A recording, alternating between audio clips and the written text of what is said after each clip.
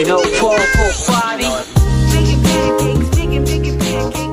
What's up, everyone? This is Arnaldo, aka Mad Dog, and this is going to be the real episode 141 of GG's The Mouthful Podcast. GG. Buenos días, me llamo Arnaldo y están escuchando a GG La Boca Llena Podcast. Well said, sir. I'm surprised you haven't said that in 140 episodes ever. From now on, well, we're going to try to expand our podcast, and we're going to try to bring up the Latin community, you know, because we don't have a lot of Latin representation, you know, listening to the podcast. So from now on, everything you say, I'm just going to translate in Spanish. Yes. Everything. Every episode will now be 4 hours long. Okay. Just for that purpose only. Just for that purpose only. That voice, of course, is Mr. Dream Twister, a.k.a. David Santos. What is up, sir? I am translating everything that you say, so esa voz que usted escucha. No, this is going to get old real fast. What's going on, guys? You better activate your subtitles, you know, if you want to see. There you go, yes. Turn on SAP. Turn on SAP, yes. You'll have your Spanish version of this. It's not going to sound like us at all, which will make it even more hilarious. Yes, you're going to love it. We call that channel Nivel Escondido. Yeah, exactly. Oh, man, this is your first time listening. Thanks so much for tuning in. Please go to goodgame.tech. Join the conversation there. And please like, subscribe, and share the podcast with everyone. Also, want to direct you guys to our Twitch channel, which will see more activity this year. What? Is that a resolution? 2019. Is that a resolution? Because I feel like... No, it's not a resolution. No? Okay. No, I don't really do resolutions. No, we neither. You know, well, actually... We never resolve anything anyway. We did had a couple podcasts back then where it was like gaming resolutions. I don't remember exactly what they were about. Yeah, you're right. Yeah, I don't know even if we even we probably did stuck them. One of these days. You still like PC games. Yeah. I still say the hell you with still PC. haven't played GTA 5. Exactly. Yeah. No resolutions have been done. Nope. Whatsoever. Our Twitch channel, guys, is Good Game Gamer Group. Look us up there and enjoy the content that will be forthcoming. If this is your first time, once again, what we normally do is we go first what we've been up to, move on to some news items, and then finally finish with our hot topic of the week. Hot topic of the week? This week's hot topic is 2019 bold predictions. These are the fun ones. Oh, it is. Because this is where whatever we come, the ideas that we come up will make no sense, you know, and you guys are going to be laughing about them when we bring them back, you know, at the end of 2020. Just like we intend to do, yes. With the ones that we did last year. Last year, almost a year to date, I think it was, it is episode 90 for anyone who's looking for it. Oh, okay. Episode 90, we did this, and it was Shadow was with us at the time. Mm-hmm. And let me tell you, when we review this craziness that we apparently predicted, it's going to be like, you know, these guys don't really know jack. If there's something that we have already proven time and time immemorial, over and over, is that we are very bad with predictions, and that's what makes it hilarious. Yes, exactly. Because it's like, although there may be a surprise here and there. Oh, okay. With a couple we'll I predicted that EA was going to be a bad company. I didn't predict that. After they had a bad year. That was going to become even worse. Yeah. No. I don't think anybody saw that coming. No. Oh, man. All right, man. Let's start the show with what we have been up to. I'm going to throw it to you because I understand. Yeah, I was going to beg that you just like let me go through because honestly, it hasn't been that much. I mean, busy week, of course, because we had New Year's celebration. We have family and we have a lot of fun always. This is the part where we're we're wrapping up the party. We're taking out the decorations. Yeah, I still have them up. You still have? Yeah. I still have the ones in the front. I'm supposed to take them off tomorrow. Sometime this weekend. Sometime this weekend, exactly. Yeah, this is Sunday night, week. probably, but my tree's gone. Oh, and yeah, it is. Yeah, by no help of me because that was completely a work of my wife. I did not even I came in one night after work and the tree was gone. It's gone. Hey. So, Judy, there's a tree in my house. I need you to get rid of. Oh yeah. I really did not want to. Oh yes, I'm sorry. I should have said this. We have actually a live audience today. Miss Judy Brito's here. Say what's up. Yes. she's actually- studying. Yeah, She's she's working. studying, and we are probably annoying She her. is but this- kind enough to let us use the office as Exactly. our Friday studio, as we Yes. always do. I don't know how she can concentrate. she just ignores us. I mean, that's women are good at that. Let's be Yeah, real. They yeah. can ignore. No, That's true. Well, you know what? Ignore her. It does ignore her too. Let's just no pull no punches. For the Take record, out all though, the stuffs. I do have a tree that I need to take down, and I have a small inkling that the weekend's going to come and go, and it's just not It's going to just move gonna stay anywhere. It's just going to stay there. Oh man. So I don't have a lot to share, honestly. Unfortunately, I haven't been playing a lot of things or watching a lot of things. I believe the only night that I kind of lay down to watch a movie, I ended up spending like 2 hours just watching videos from this YouTube channel Looper. Looper. Oh yeah. they're not even like, I don't think they're like super great or anything like that, but it's entertaining. They are. It's a YouTube channel related to movies, and Pop culture, I would Pop say. culture. Yeah. Okay, all right. So you follow them a little bit more. I just watched the videos that have to do with movies, and I found them entertaining, and they're like interesting stuff here and there. But yeah, I didn't watch anything there. And the only thing that I've been playing, honestly, was I'm still playing is Super Mario Super Smash Brothers Brawl. Smash Brothers, yeah. Mhm. Smash Brothers Brawl. No, Smash Brothers Ultimate. God bless America. I always forget that. Smash Brothers Brawl was the Wii version. Was the Wii version. That was the Wii That was version. the first one that I played. Well, I think the first one was Melee, which was GameCube. So Melee was GameCube. I never played that one. I played Brawl. was, I think I honestly think I like Brawl better, or I like to.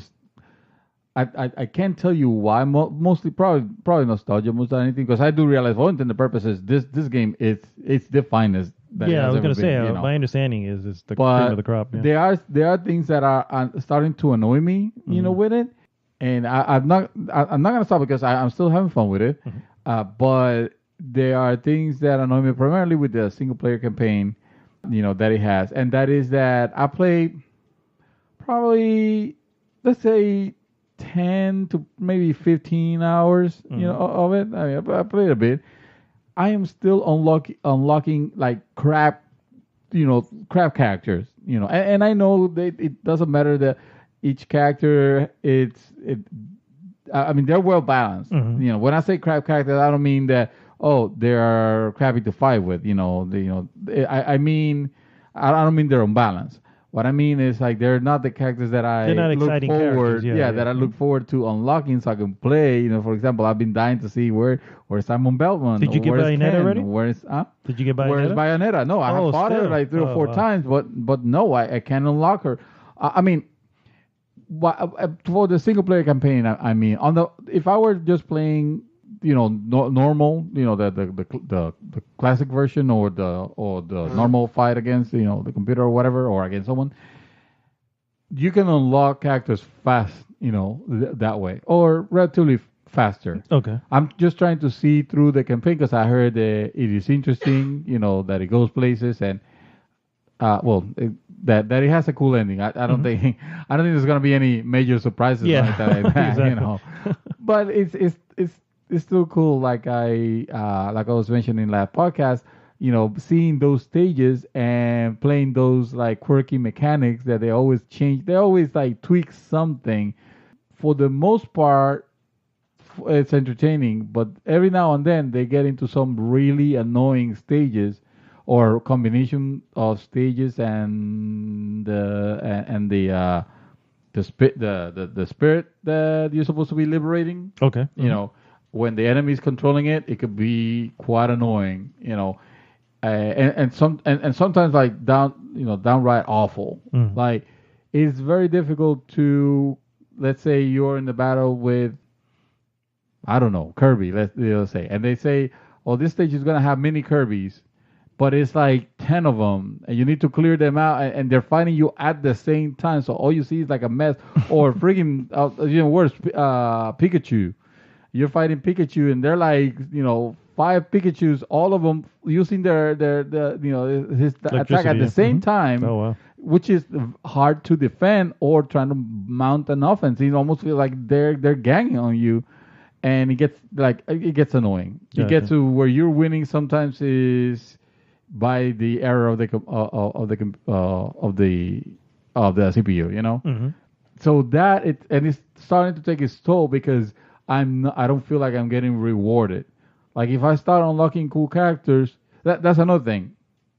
I'm fighting a lot of the same characters that I've fought, and I'm thinking, well, wait a minute, this game is supposed to have like almost 80 characters, right? 70 something. You know, yeah. it's like a lot. But I don't think I've seen like half of the roster, and just giving me reruns. You know, here I'm finding the same people with combinations. It's wanting you to do the PvP. I think that's what it is. But I mean, okay, but that's fine, and then I wouldn't mind doing that. although But to be fair, you said you're about 50. When you say 15 hours, you're talking about the campaign. oh yes, yeah, solely on the campaign, the Ray of Light or whatever the hell it's called. So I don't It's know not this called for Ray of sure because I obviously never played. But it says that it averages around 40 hours. So I'm wondering if you're just kind of If it's still somewhere in the middle a right long now, way, a long ways Yeah. to go. Well, which I guess sucks. it kind of does. In that case, you kind of made it a little too long for its own good, and I get it for the sake of longevity. Like I said, the fights are very samey to where whenever I find whenever I like, I'm trying to route myself in different areas that will lead me to an actual character unlock, someone that I can fight and I can unlock at the end. You know, so those fights in the middle, they feel like nothing because even the stuff that you're gaining is not like you don't get excited about the loot that you're getting. You know, you're getting points towards a skill tree that's really not needed. That feels a little tacked on. You know, you are getting spirit. Most of them that you don't use because you have other ones that are equivalent, that may have the equivalent power, and then you have to go into this almost crafty mechanic if you want to unlock the quote unquote the more powerful ones. But you have to be lucky enough to get the requirement, the required spirit. You might need a core of a particular spirit. Where so it's a lot of grind, is what it sounds like. Yeah, There's a little RPG-ish here with this grind. Yeah, not in a very not a fun way of doing this. Because let's say, for example, if the spirit that you're using that you're leveling up, that it's the one that you're almost maining, although you shouldn't be maining with just a particular spirit, because depending on the stage, you have to change it to adapt. But let's say there's one that you particularly like, what it gives you, whatever it is. And then you find out that in order to unlock, I don't know, Sephiroth, let's say, to give you an example, as a spirit, you have to sacrifice the card that the spirit that you have that you like. Oh wow! It kind of sucks. Yeah, because I don't know if you can get duplicates on this, or I haven't run into that. Then again, I might say I played 15 hours. Like, it sounds like it's a lot, but just like you said, if it's in the upwards of 40 hours, then I might not see. Like, I'm waiting for that. I'm waiting for the part where, okay, these characters are actually the interesting ones that I want to use. I don't want to unlock freaking Jigglypuff. I don't want to. Seriously, I don't want to unlock Pac-Man. Like, who cares? I mean, he's cool and all that, and has some cool attacks, but I want to play with the cool characters that I saw. The worst Snake. I haven't even fought Snake against Snake. Or maybe I did one time. That's definitely a late stage guy. I can see that being late stage. Yeah, but yet I got Roy Campbell as a spirit. Yeah, which I ended up sacrificing between the two. So I didn't know this. Yeah. Evidently, if you sacrifice Roy Campbell from Metal Gear, and one of the Nintendogs, and you put them together, you fuse them together, you get K-Dog. No, you get Sergeant Pepper from the dog that gives you missions in Star Fox. Oh, wow. Okay. So It's an odd choice. I know. Although I guess it makes sense because yeah, it does, it's a because military dog. It's a military and dog. he's always on the corner, you know. Yeah, exactly. Just like Roy Campbell. So Okay. it kind of plays on that. Okay. You know. At least that makes sense. It's stupid, but the game is. I'm still having fun. Don't get me wrong. And I'm not trying to knock it. I mean, you own a Switch. You owe it to yourself to to get this game if you're anywhere interested in fighting games. Yeah. And I know that a lot of the community does not consider this game a fighting game, but it's like then what would you say it is then? It is. I mean, you're fighting. It's too. Yeah, that's what it is. It's I mean, hectic fighting. If it's played at Evo, then it's a fighting game. Yeah. You know what I mean? Say hello. Yeah, you can almost. That's- I mean, that's how- that's the that's how that works. qualification. Yeah, exactly. So yeah, that's literally it. Bro. I'm sorry. Well, This is gonna be a short one. As far as gaming goes, I haven't played anything all week. I did remember that I actually finish the second DLC of Spider-Man. So it's okay. the city that never sleeps, Turf Wars. Okay. How was that? It was okay. It was way more mafia involved. Okay. You're essentially fighting against this dude named Hammerhead, which I'm not very familiar with. Sounds familiar to me as a Marvel villain, Spider-Man, I guess, but not too familiar. But anyway, so you're working against him, and he's trying to eliminate all the Dons and all this stuff, and that's actually okay. The story, I still like the one with the Black Cat better. So I was gonna ask you. So these are individual missions. Then they're not meant to be like episodes. They are episodes in the sense that what happened before it already happened. You know what I mean? Like it acknowledges that. So it references. It acknowledges the Black Cat situation, acknowledges everything else beforehand. So you couldn't play. I mean, but could you play the second episode without playing the first one? Yes. Oh wow. Okay. And it does say don't do that. Yeah. You know, but yes, you can. Of course. They want you to buy all the episodes. Yeah, so. exactly. So technically, yes, you can do that. Yeah. I do have the last one downloaded, and I just started it, but I'm literally like 6% in. I'm not even that far. Okay. But the second one was, again, it was okay. It wasn't as interesting as a villain, because Hammerhead is just a bad guy. You know, he's just a bad guy to being bad. I'm trying to compare him to somebody that like I can't even think of someone Lex in games Luthor or and movies. Batman vs Superman. Yeah, okay. Yeah, well, I mean, not as dumb, but yeah. But yeah, it's someone who's just bad to be bad. You know what I mean? There's no rhyme or reason behind it. And then I guess he is, because he's the head of a mafia family. You know why do you expect him to have any redeeming qualities? So, Yeah, true. he's very cookie cutter, which is I guess my only issue with it.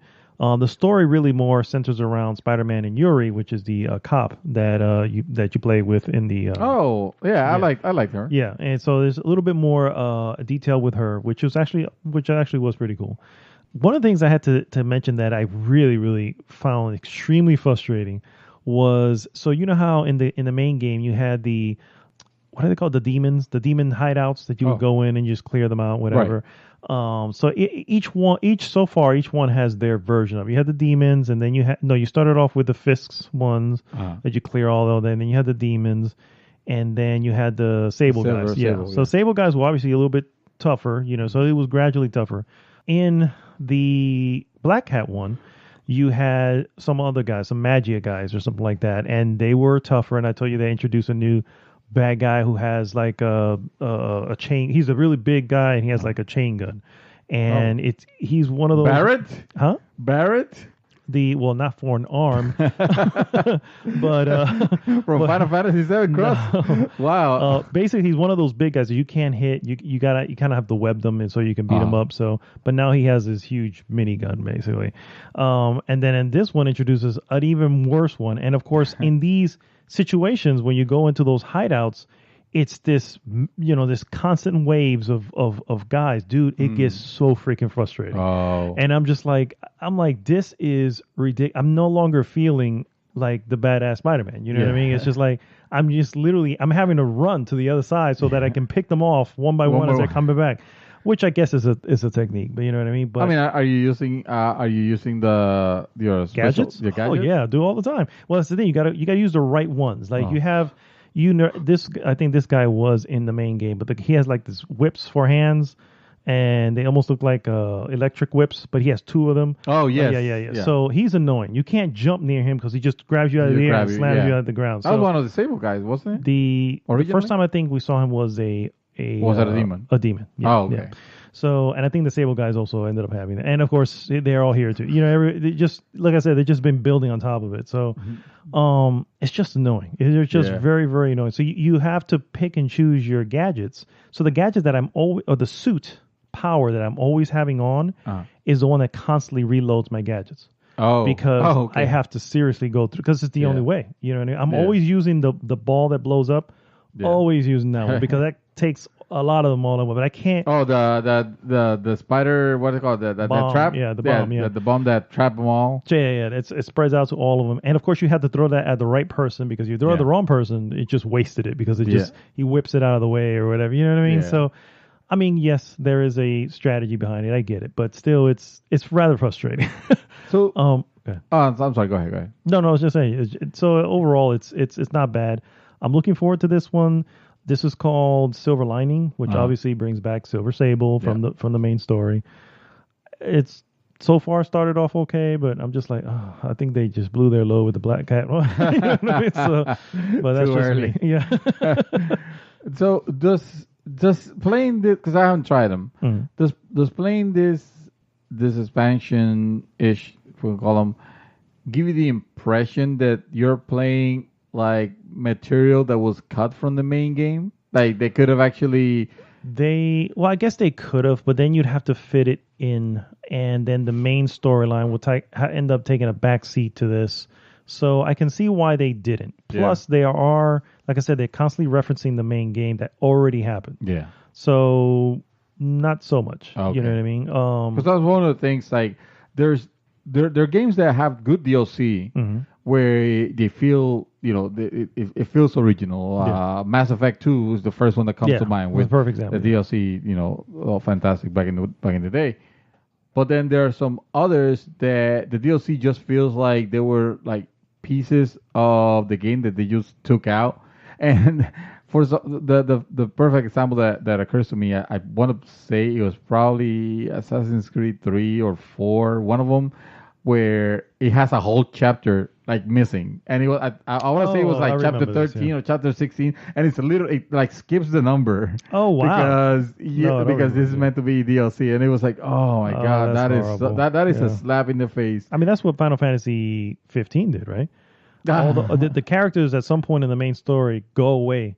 They're not with your party, and then now the DLC is, hey, this is what they were doing. You know what I mean? It's like, well, okay, that's true. The way, but even those did not feel, or at least from hearing Shadow talk about them, because remember she played them a lot. They did not feel like they were just reusing parts of the game, and they're just reusing assets. No, those ones had like assets prepared for them, and in a branching story. It kind of sucked though that the main campaign had that plug where at some point during the main campaign one of your characters be like, well, I gotta be doing some other things, see you guys, and then if you never bought the expansion, you'll never know what happened. So this, I mean, they could have adjusted it a little bit just to make it look like endgame stuff. So it is possible that they had some of these ideas. I'm sure they did. It's not far-fetched to say that some of these ideas, they were like, you know what, this is ruining the pacing of the main story. Let's just take it out. You know what I mean? Yeah. And we'll work around it. You know what I'm saying? I don't feel cheated, obviously, in any way with the main game anyway. So, well, I've heard like the reviews that I've seen on these things, they are okay. That none of them are stellar. None of them are saying like no. So I've only done the 2, and I after the 2, I don't expect much from the third one either. Like I said, it's more of the same.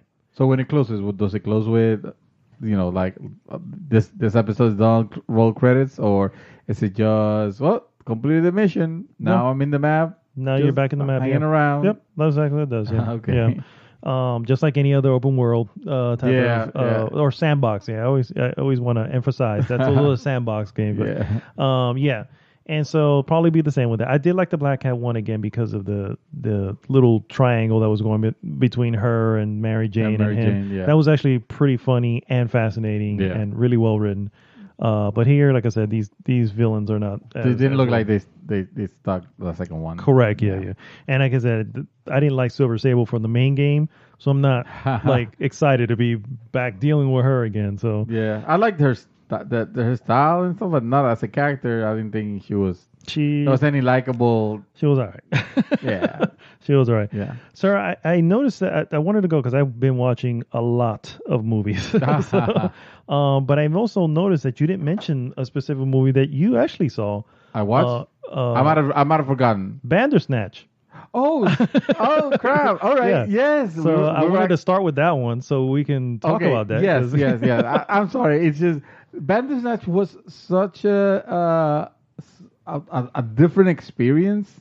That didn't feel like for, a movie. for Netflix. For Netflix, Yeah. I mean, exactly. It didn't feel like I was watching a movie. It felt more oddly like I was playing a game. And I mean that in a good way. I mean that in the sense that I did like the interaction, not just the interaction, because that's nothing new. That's really nothing new. It's new to the format, but Yeah. obviously we have played many games that have done this. True. I don't know Particularly if better. films have done that, but I don't think Yeah. any film has done it. But books have done that. They've been doing that shit for decades now. Yeah. But doing that also and almost having the without spoiling too much, almost having the movie acknowledge the fact that you are Yeah. doing that. Very Also, it's self-aware. like- Yeah. It's like, wow, this is they married that very well, Yeah. and I found it like super interesting, super cool. I'm gonna let you actually take over the explanation on that one because I'm just gonna butcher it. Okay. But my impressions of it was that I left very satisfied with it, and it's one of those you know that something like you finish watching the movie like that, and you're like, oh my god, it's the best thing of all time, and then as time settles, passes, you're yeah. like, it settles a little bit. Well, this one has settled, but it has still settled. Like, yeah, bro, this is I really like what they did here. I'm not gonna go ahead and go out of my way to say that. Oh my god, it was just a stellar story. It was because the choices were yours. It was satisfying. Yeah. You know, it was satisfying. Or could it be satisfied because it has different endings? Some of them not as yeah. elaborated as others. Correct. Yeah. and- It's so my take on it was I did enjoy it for what it was. So essentially, what the main story is, and I'm just going to talk about the beginning. It's basically there. This is in Europe in the 80s, and then the main character, I forgot his name. this in escapes Europe? me. Europe, yeah. Oh, I didn't. Yeah. I did not catch. I guess it Well, didn't everybody's matter. speaking with a British accent, so I guess so. figured Yeah, that you're out. right. yeah, why and also I gave away. the thing with the computer gaming. Yeah. Computer gaming back in Europe was a little bit stronger than So there it you came go, to be yeah. around So- that time. Yeah. So yeah, so that's so he is so the main character is a game developer. He's a very he's making his own game basically. He goes to meet up with a company who wants to bring him in and help him out with basically bring him into the company into the fold and join a team of developers that are just making games. Now that's about the most I can give before spoiling anything crazy. All Right, I know is sure. that basically you're making. It starts off very slow, very simple, decisions, and it's like nothing too major. You're not going to force anybody. No. But at some point, your decisions obviously are like, hey, are you going to do this crazy then or this craziness? You Yeah. know what I mean? So, and of course, the story takes off from there. My only complaint that I can really give, and that is that I've always, and this is typical of a lot of these type of games and the stuff that do this, and that is that it doesn't always feel like the branching path is fully fleshed out as a branching path. It's almost feel like there is the right path, and then there's these other little ones. You know what I mean? And hey, And the little sure. ones are not important, or they're game over screens. Yeah, or or they're like it quickly, yeah, exactly. Yeah. Quickly a reset, you know what I mean, or Yeah. something like that. And we encountered many of those when my wife was playing. Yes. And we will go back. If we had the opportunity to go back, we will definitely go back. I will say that though, if there is a hard reset or something like that on it, it breezes through what you've done, so you don't have to sit there and watch the whole thing over again. That was very smart. That was extremely smart because there was no way. And not only that, but the way they did it, it was in a way that you still wanted to pay attention because let's just say the actions that you could have taken in the future when they're recapping and you're recapping thinking, well, it doesn't matter because I'm going back anyway. Yeah. No. They can still matter, actually. Because that decision is still written in stone back there somewhere. Yes, exactly. So it's a very interesting premise, and I think the movie itself really went in some crazy directions, which I freaking I really enjoyed. I cannot imagine what a nightmare this would have been to write. I heard that it was so complicated that it delayed season 5. Season 5, yeah. Season 5 of Black Mirror. Black Mirror. Oh, actually, we should mention this is a Black Mirror movie. We started with the name Bandersnatch, but that Bandersnatch is the name of the Netflix original Bandersnatch film from the Black series from Black Mirror, basically. Guys, even if you have never seen Black Mirror, which it's the beauty of it is that Black Mirror you can watch episodes. You don't have to watch them in order or anything like that. You can watch whatever because it's Twilight Zone. You know, and we have already established that it's Twilight Zone to the modern era. It's super, super cool. But especially, even if you haven't seen a single episode, you don't have to. Just you ought to sit down. Just watch this movie because it is a really cool experience. And if you have someone with you that will watch it, it's really cool to have those decisions because you're on the clock when you're making the I let decision. my wife make the decision, but I think I only made one because she's like, I don't know, pick one. No, me and my wife were a committee. We decided, we were talking while it was happening. Paused and took votes. No, just can kidding. you vote? I don't know. No.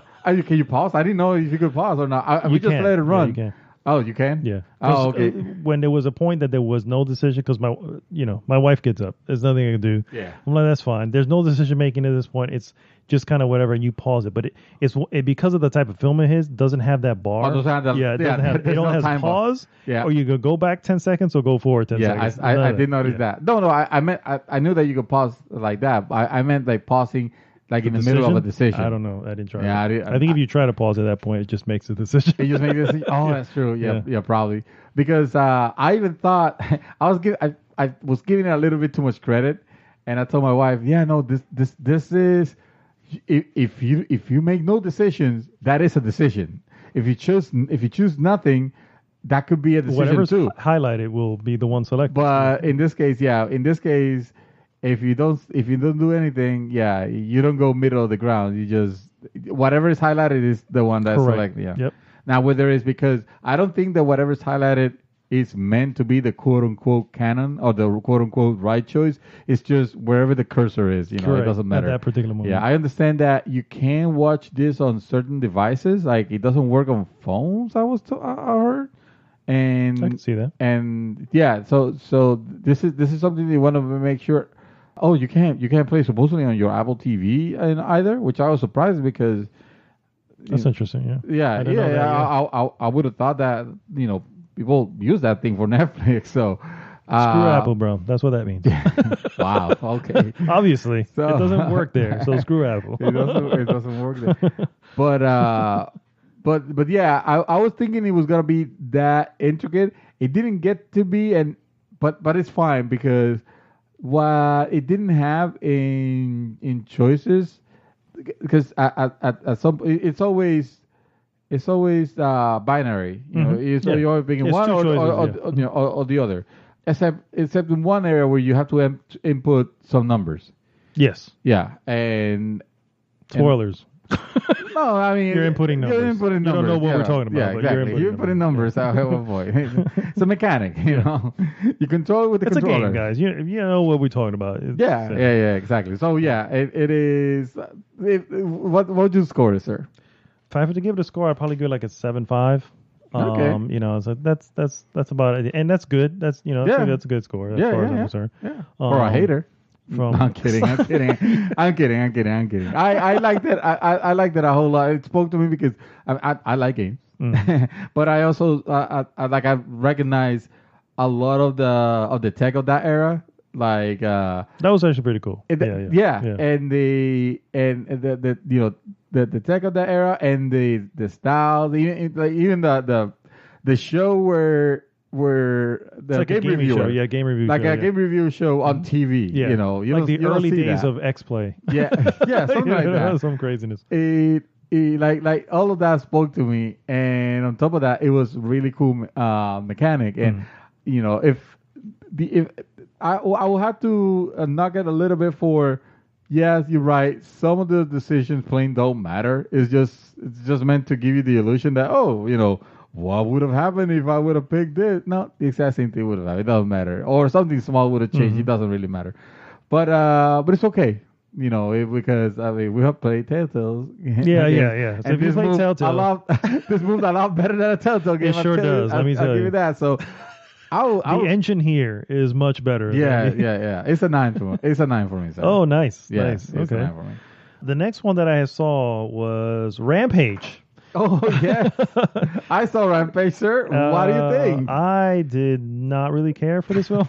Again, it was a hater. No, I mean, I will call it what it is. It was silly fun. It was silly fun. Yeah, that's absolutely. essentially what it is. Yeah. But man, dude, at some point, I'm just like, I'm hearing him talk. So for the record, guys, you don't know what Rampage is. His stars Dwayne "The Rock" Johnson, okay? And it's based on these video game from the 80s. Atari video Rampage, game. okay?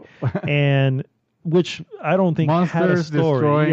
Destroying. Monsters. It will show a little cute thing where I guess they were scientists and they drank something and then they transformed into big, hunky monsters. Like one will be a King Kong lookalike. Yeah.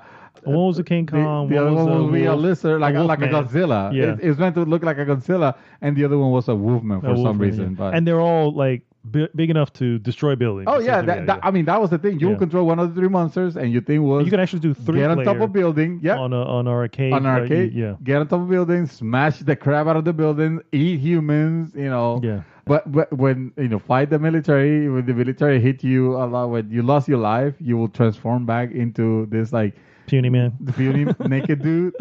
Or gal, and then they will cover themselves and start like running, like shimmering to the side. Wow, it was stupid. I mean that's who stars. It has a couple other actors in it, which again unfortunately slipped my mind because this is seriously again it's one of those popcorn flicks. That's a perfect. It's a popcorn flick. Yeah. Rock is always funny. I always enjoy him in movies. It's funny to know that he is and I can't remember his exact name, but the name of what he did. He was basically someone who worked with animals. But before that, he was a special forces guy. Oh yeah. It was like what? Sure, that makes sense. Yeah, that makes perfect sense. He works at the zoo. That explains his buffness. You know what I mean? That's okay. Yeah. Sure. And then of course you have these scientists just all this techno babble that they were just yapping away at one point. I'm going, I don't even care. Just give me a monster. Let him destroy something. You know what I mean?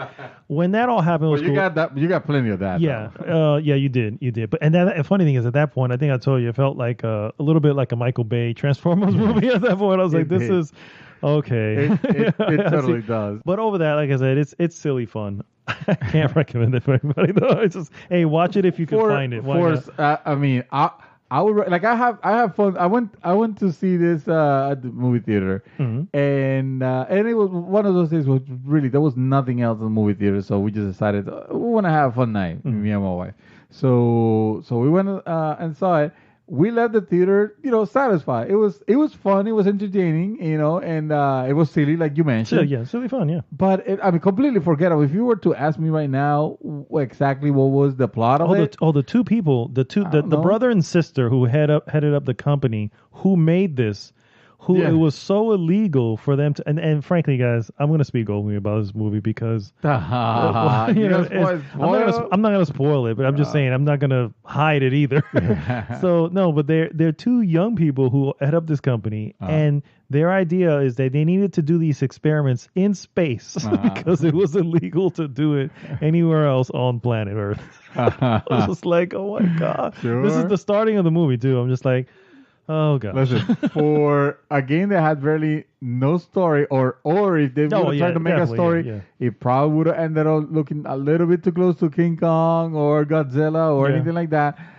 I feel like they did what they could. Yeah, they did what they could with the special effects were good. You know what I mean? Yeah, They were definitely I suitable. even still ended up liking the monkey dude, the huge the King Kong like monster thing. What was it called? The Robert or albino ape. Yeah. Yeah. Sure. I think it's Robert. I don't know. Bobby. We'll call him Bobby. They do in the game. They have silly names. Like I think the lizard's name is Lizzie. Oh. The monkey is, I think it's Bob or something like that. I don't remember. I will find out for you. Oh man, the next movie that I saw was Hotel Artemis. What is that? So Hotel Artemis stars Jodie Foster, and it's very. So you've seen John Wick, right? Yes. Okay, so I'm down with that. You remember the Continental? George. His name was George, by the way. The monkey. The monkey's George. Okay. Sorry. George. Oh, it is George. Yeah. Because I was like, Curious George. Yeah. Curious George is what I was saying. George. I forgot about that. George. And then the lizard was Lizzie, and the wolf was Ralph. Okay. So Sure, it's like why not? completely. All right, Ralph. All right, George. Yeah. So no, Hotel Artemis. So you remember the Continental Hotel from John Wick? Yeah, it was just an arsenal. It was basically a hotel for hitmen. Yeah, essentially, right? So this Hotel Artemis is a hotel, and it's the guise of it is a hotel, and behind it is actually a hospital for criminals. So if they get shot or they get hurt or something like that, and they can actually just go there. Their secrets are completely protected. They can go in and get patched up, and this is in the future. So I mean, we're in the future. 2029 or something like that. Okay. We're data printing like body parts at this point. Oh wow. Okay. Like literally it's going and like somebody's getting a eyeball or something like that. So it's like 3D printing a hand. Yeah. An eyeball. So, oh wow. Yeah, like the near future, sure. Yeah, which is what it's going to be. Exactly. Hey. Let's be real. So anyway, that's the type of thing it is. The guy who plays Drax from Guardians of the Galaxy, he's actually in there. He works in there. Yeah. And so you also have Jeff Goldblum. You have a lot. You have actually Jeff Goldblum. Yes. All right. I'm back in. You have the guy. I can't remember his name, but he plays Spock in the newer movies. Oh my God. Yeah. Shoot. Zachary Quinto. Thank you. Yeah, that's the thing. Yeah. So you have him in it. So the funny thing, you have this cast. My only issue, and it's in the beginning half was really good because I kind of like the hotel has this old look and all this, and they have used code names. If you ever come in, you got an implant in your hand. You have to be able to buzz in, and you have to be a member. You're not a member. They don't let you in. Whether you're dying or not. Oh, wow. You know what I mean? So anyway, and once you get there, they give you the keys to the room, and the room is like. You got the Honolulu suite, so your name is Honolulu. You got the whatever suite, so your name is this. So you have code names, so they don't really get to know anybody. Anyway, like I said, the first half was really good. Second half just flew by for some reason. You know what I mean? And it was all kind of leading to this big like scene, and it wasn't that big of a payoff. And the movie's only like 92 minutes, so I was like, oh wow, I feel like they left part of this movie out somewhere. You know what I mean? So it was like the editing guy got a little too hard on it. Too cut happy. He cut a little too much. He's like, you know what? We really need to know this here. You know, and he got a little too aggressive in the cutting room. Yeah. So that's really all I can say about that one. It's still silly fun. Another one that I can chalk up to being silly fun. What's the mood of the story? Is it meant to be? It's serious because it's bloody, but it's also humorous because they have. That dark humor type thing, and the I can't say that the main characters because I don't really know who the main character is, but some guys come in early on and then you kind of figure out the rules, and they have these rules: no killing other patients, no, just like the Continental. Yeah, just like the Continental yeah. in John Wick. Oh wow. Yeah, and so that's really it. It's okay if you see it somewhere and it's like free, then just put it on. It's not nothing big about it. It's 92 minutes. You're not going to spend forever on it. So. My last movie that I have, this one on the other hand, this one was a winner, sir. Oh, yeah. Bad Times at the El Royale. Somebody. No, you didn't mention it. I heard this movie very recently, but it wasn't you. So, okay. I don't know who it was because I just literally saw it 2 days ago or something like that. Or maybe I just saw it you posted or something. Yes, I did. Probably. So this one takes place, I want to say like the late 60s, early 70s. Stars Chris Hemsworth, which is Thor, Jeff Goldblum. There you go. Not Jeff Goldblum, Jeff Bridges, excuse me. Jeff Bridges. John Hamm. It's weird. I can't say too much on this. I will say Drew Goddard is the director, who is also the writer, who also did Cabin in the Woods. Yes, I like it. So, and he's done a couple other things too. That he's actually been doing a lot of stuff for a while. But this movie felt like an homage to Quentin Tarantino films. Where you have it's dialogue, a lot of dialogue, and it's all about what they say, not what they're saying, or rather. Not what's going on, but what they're saying are two different things. You know what I mean? It's like it's weird. It's one of the things where I don't know if you've seen Kill Bill, but you haven't seen Pulp Fiction, and that's I saw Kill Bill, quintessential. You know what? I will go to my grave without watching it if it means upsetting my dear good friend Gilberto. No, I'm kidding. At some point, I will watch it. I hope so. I've seen Kill Bill several times. Thank you very much. Very similar to that, where I haven't seen the second one. Like for instance. No, I'm kidding. I saw both of them. Go ahead. I was going to say. Go what ahead. the hell is that? The first one was a lot better. Oh, anyway, moving on. You don't believe it? I thought both of them were great. Oh, no, both of them are great, but I still give the edge, a wider edge to the first one. We're not talking about Kill Bill. Okay, we're not talking about Kill Bill. Yeah. So anyway, this has a feel of, like I said, Quentin Tarantino. It has, so the hotel is called the El Royale. And it takes place literally the hotel sits on the line of the California-Nevada border. You're watching movies about hotels. I know. Basically. It's weird.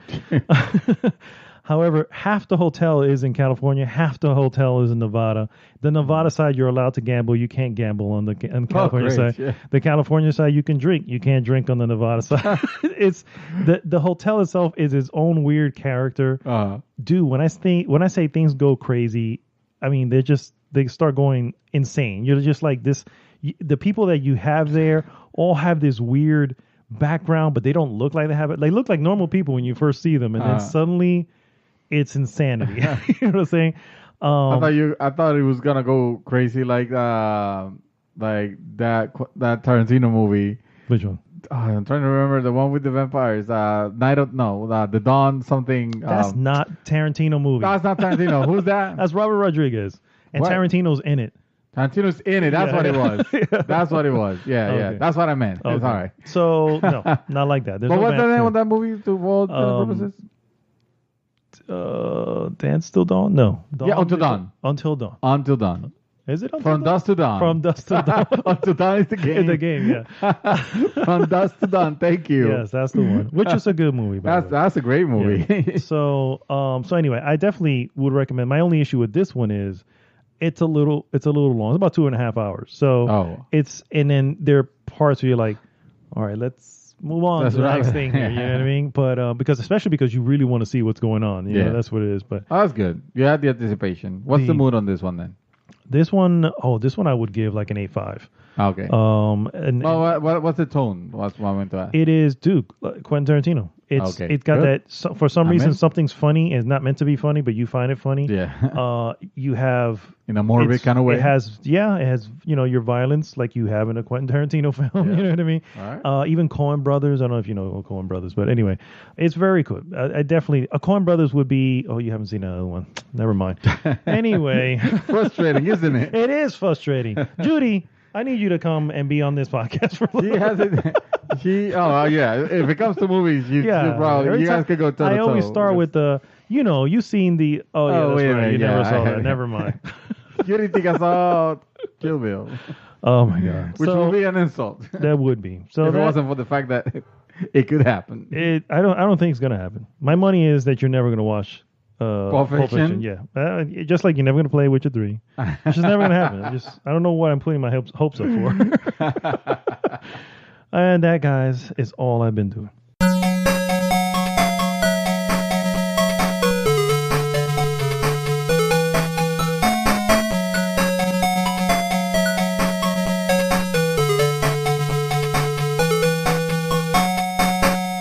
And we're back, guys, and we're going to go right in to our trailer of the week. Trailer of the week. Yes.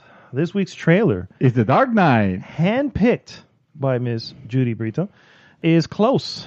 What is close? Close is not far. It's not No, far it's from not the far. explanation Yeah. that I'm about to give you right now. It is a movie coming to Netflix. It stars Naomi Rapace, and actually, she was the only one that I recognized, and then the other one was Indira Varma. You recognize her from Game of Thrones.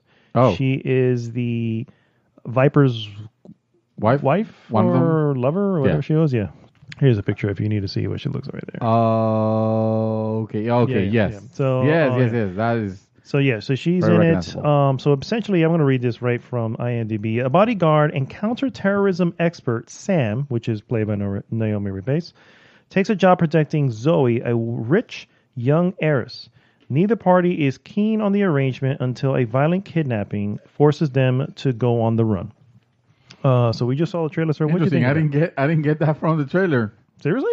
Well, obviously, it doesn't explain the trailer. Will not go into details that it's about that, but it's good to have that backdrop because the trailer, what it showed, it almost looked like two women fighting in the Middle East? like a Saudi, Mhm. like Middle East section, and like totally kicking ass, and so there's some good action pieces there.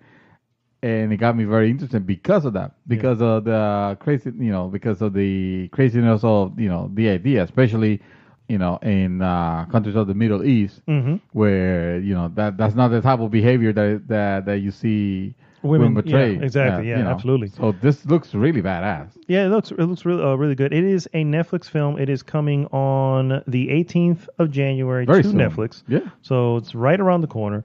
There's a funny part at the beginning that says from director Vicky Jewson, and I'm going, who the hell is Well, Vicky Jewson? yeah. I've never heard of her before. Yeah. But I love how it does that, and I'm just like, am I supposed to know? I don't really know who that is. And I started looking her up and going, yep, still don't know who she is. You're gonna like, say- born 1985, so she's not even young. She's not even old. Okay. And she's a British, born in Oxford, UK. Yeah. I don't know much of. I'm looking at her work. She don't have much work, but I don't. So anyway, Let's wish them the best of luck with this absolutely. one. But I was just Hopefully- like, it was funny when it mentioned that, and I'm going, are you From the- saying this because I should know who this is? Because I don't. I don't know No. who that is. You know what I I mean? think that's part of the marketing thing where it's like, Yeah, it'll catch people off guard going, oh, I guess she must be important, right? I mean, yeah, we should know her. I know. So yeah, it They looks do that pretty with interesting. games also. From the people that brought you Mass Effect because he used to work in the marketing department. Yeah. But Exactly. still, they tend to do crap like that. From one of the 35 artists of such and such whatever. It's like, okay. All right. What does that mean? Absolutely just- nothing. Well, yeah, so what you're saying is I'm going to recognize the cars in this game because they look like cars from Mass Effect or something. Yeah. It's like, what the hell? Cars from Mass Effect. You know what I mean. Yes. The make of design.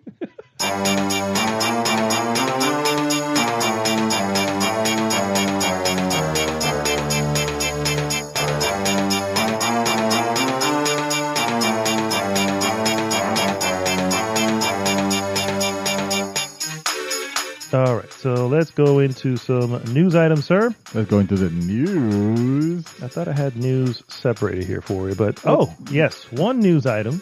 One? Are you serious? You only have one? No, I have a. These are all news tidbits. There's really not much going on in the world, guys. Let me tell you. My However, news thing is asking me to log in now. God. See what happens when you let it time out. Essentially, I'm gonna start with the Stranger Things season 3 has been given a release date, and believe it or not, I don't know if you know this, but literally 6 minutes after midnight, after it struck midnight on New Year's Day, essentially, the trailer literally buzzed on my phone. So I'm kissing people, high fiving, hey, happy New Year, cheers here, and all this, and oh, hey, look, the Netflix thing is there. I'm like, and I New stopped Year's was everything. over. Yeah, I was like, the hell with this. Who cares about New Year's? I need to watch this. Damn. It is coming on July 4th of this year, guys. Of course, to Netflix. It is a Netflix show. 11 and all her crew are back. Sir, I'm going to need you to catch up with this damn show. I do. I need to. Yes. I haven't.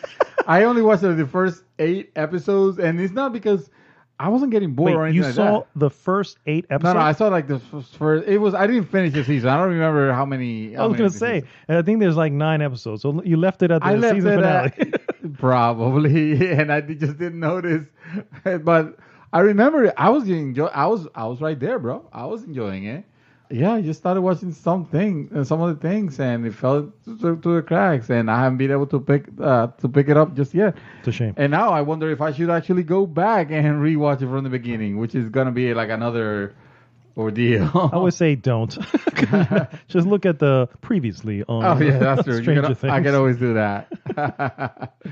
Oh man, let me see. Now that I'm able to log back in, honestly, this has been a very slow week. Of course, not a lot of buzz going on, but I did want to mention a couple of them. The fact is that there was a kind of like a teaser released back on January 3rd for a Persona 5 game or Switch type of thing? I don't know because they don't specify that it's a Switch title. Although the possibility is there. Actually, you know what? You can almost see that happening. I'm pretty sure it has to be Switch related. So according to VG247.com, Atlas dropped a new teaser for Persona 5R. Is what they're calling it. The trailer is very short. It doesn't say what Persona 5R is, but fans are excited about the prospect nonetheless. This is not the Switch port many have been hoping for. So there you go. I guess confirmation. So it's not that. As the trailer opens with the PlayStation logo. Oh. So yeah. So it doesn't necessarily preclude the existence of a Switch version. It is at very least not yet official. Assuming the Switch port is in the works, it will more than likely be revealed in a Nintendo Direct. So yeah, I guess that makes sense. You know, something like that. A release of that nature will probably be safe for a Direct.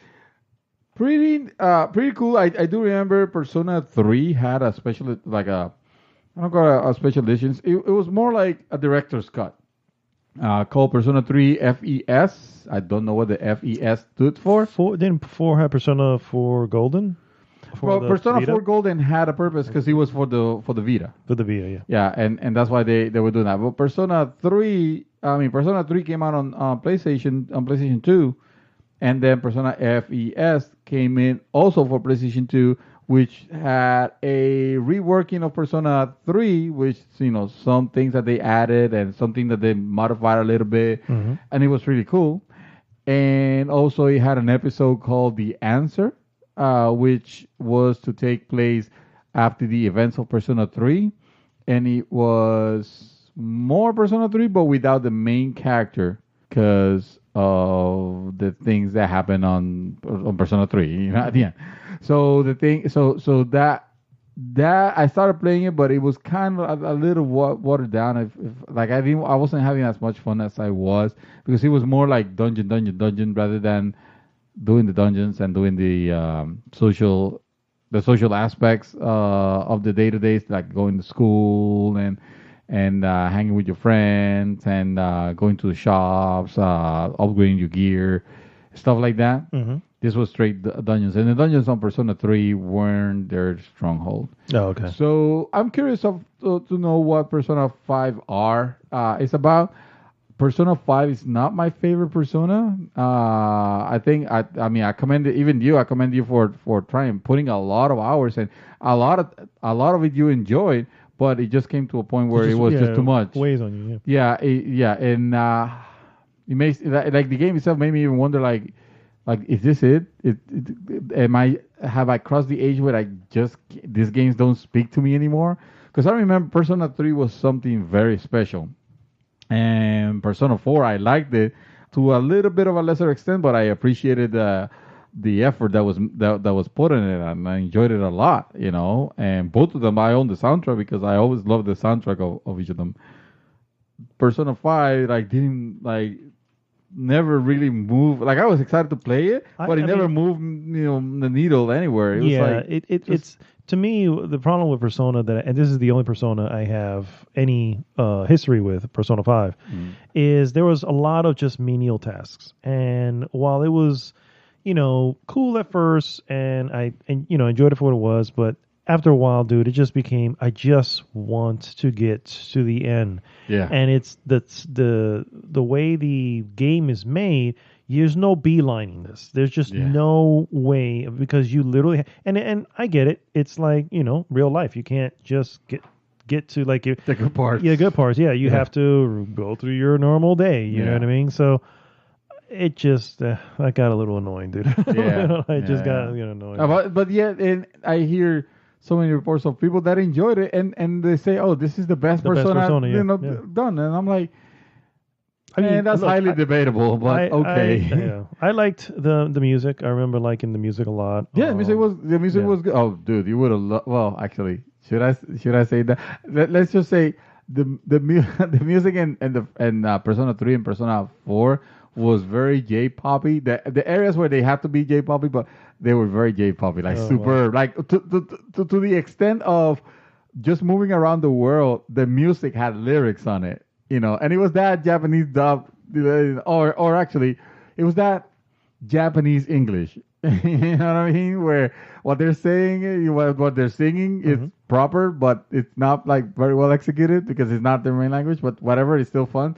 But the music of the moments that were special, or the moments that were dark, or the moments that were sad, for example, they nailed it. They nailed it with so much, so much power that it was engrossing. It was immersive. I'll even to say, like, I care about all these characters, especially on Persona 3, where the later part of the game is like, okay, we're facing the end of the world in 30 days, like the little end of the world in 30 days.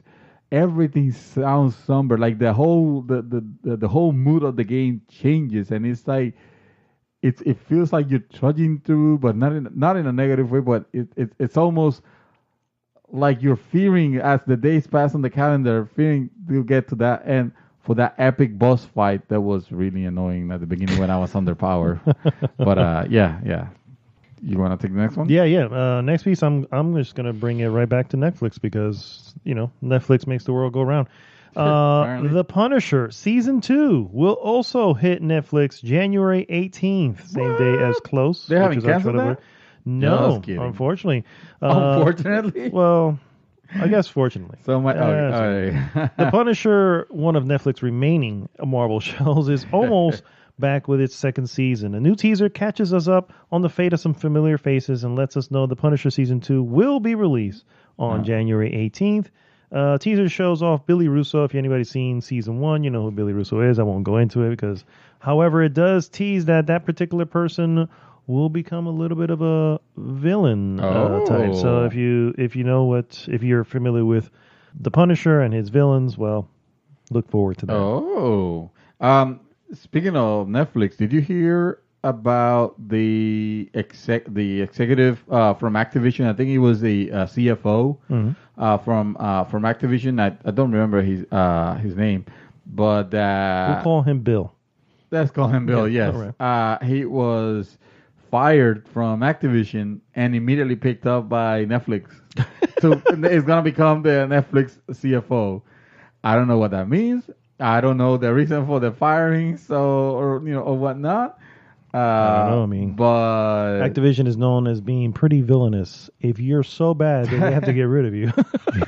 I'm not sure. I'm not sure that spells. then welcome to Netflix. Yeah, exactly.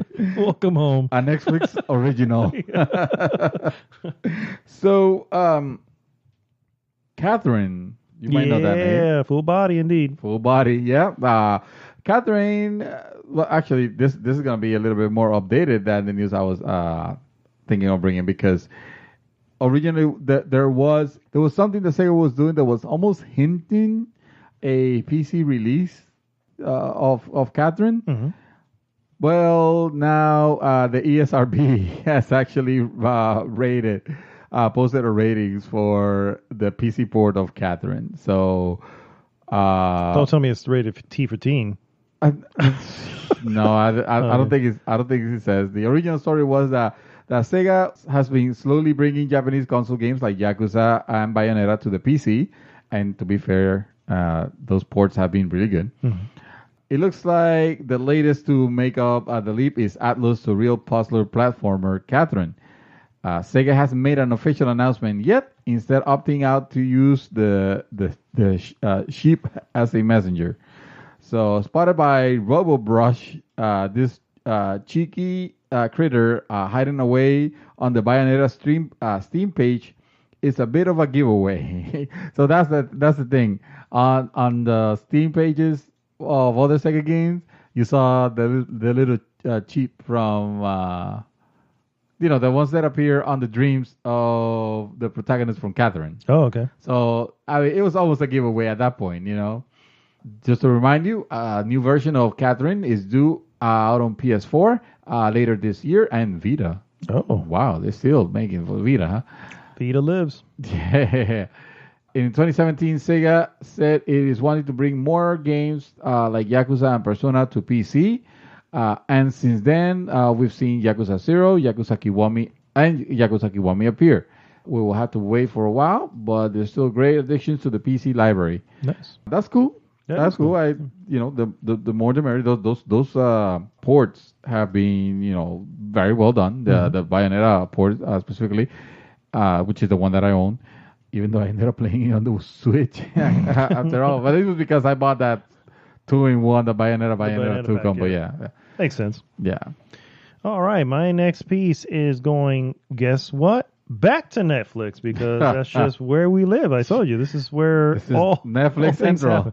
You know what?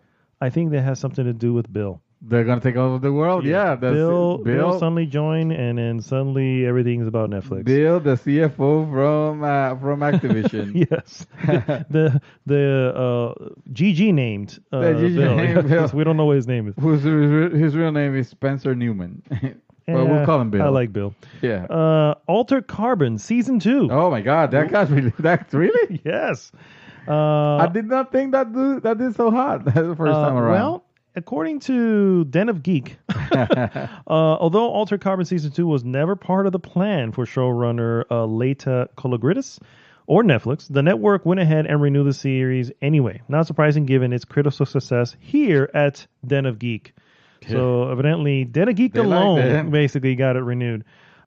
I wanted to say, so who's going to be taking the role of Takeshi Kovacs, who used to be played by Joel Kinnaman, will be Anthony Mackie, which you will know him as the Falcon from the Avengers movies. Oh, okay. Yes, he will be playing Joel Kinnaman. And obviously, if you haven't seen the show, then you probably don't understand how you can switch from one character to the other. Watch the show. It makes sense. It'll make, exactly. There is a canonical explanation as well. It's why any actor could play. Exactly. It's like Doctor Who. Yes, exactly.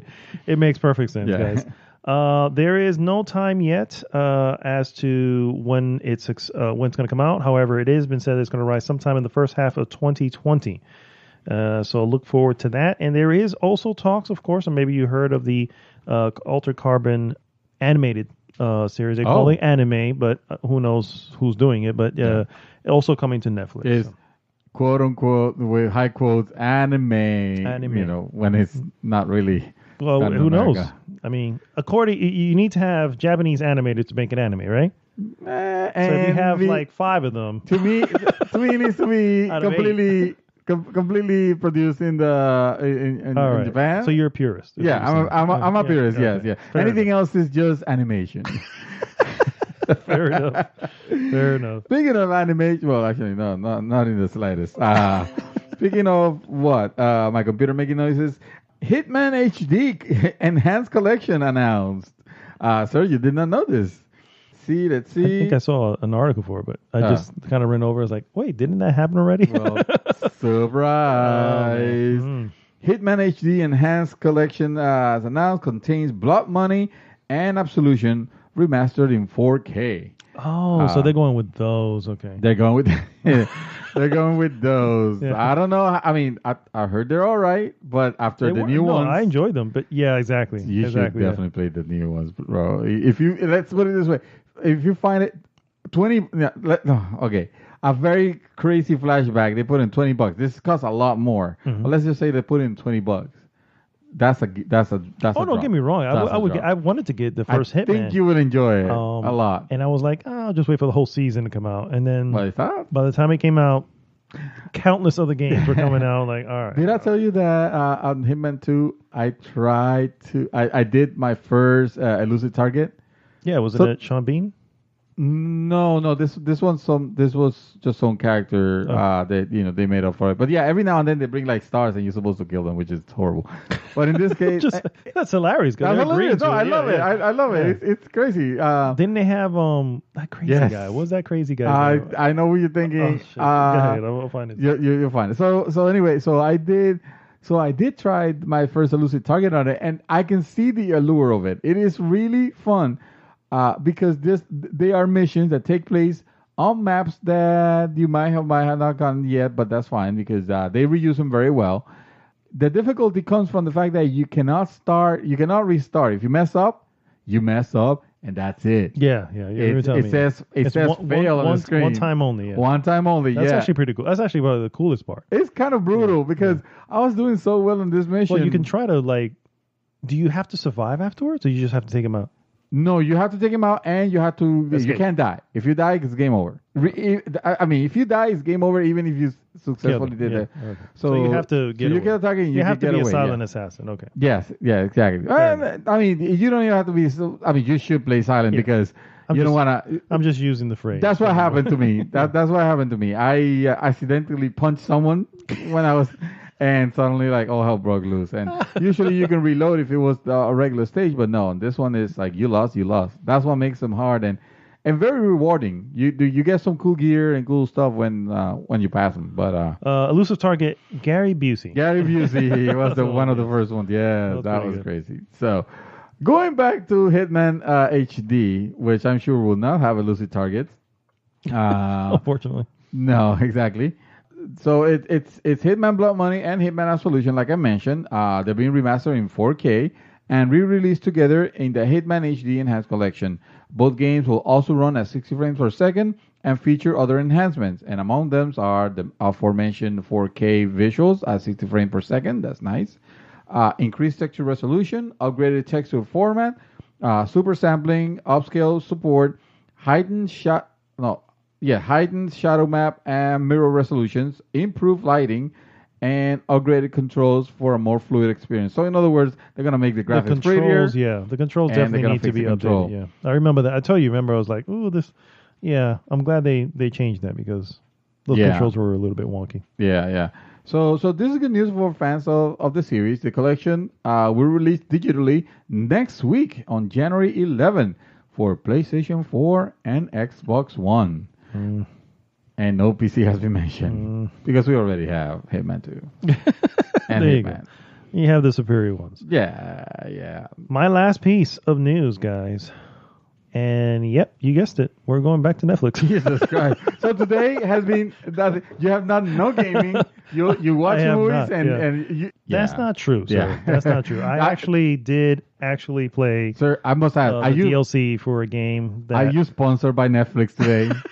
Is that what it is? Sir, so you know what happened, guys? I received an anonymous amount of money from a gentleman by the name of Bill. I'm gonna help you out. Yeah, we'll pay you in $100,000 bill. Yes, exactly. There you And he told me I need you to pump these these To news the items vast, out. Yeah, the vast community of GG, Yeah. all your audience, all 400 all and whatever. 400 else. and whatever. Yes. Because this is a very influential audience, guys. Let me tell you. This Money is hand. perhaps. Have you heard of the old series called "Where in the World is Carmen Sandiego"? Oh, dude. No joke. Where on the World's Carmen Sandiego was one of my favorite games of my youth. Really? I had it on the Commodore 64, and also I think it was at my school at one point. It Okay. is. Let me see if I remember. That's a game where this Miss San Diego, Mrs. San Diego will travel all over the world, and in the game she will give you clues to where she's at, so you can find her depending on. It was like a really cool way of learning about different countries, of cities, and stuff like that. In the end, you were still playing Where's Waldo, basically. Yeah, but In a way, learning, yeah. but learning, And learning at the yeah. same time. So, where in the world is Carmen San Diego now? evidently, she's in crime school. What? As it turns out, according to the new trailer from Netflix, new series called Carmen Sandiego, the animated series, of course. Series which is based on the characters of the 80s and 90s edutainment games and TV Edutainment, yeah. series. Looks to explore the origins of the international thief. The show will also feature some of her post-school heists as she travels the world as a thief that only steals from other thieves. So a good thief. A good thief, yes.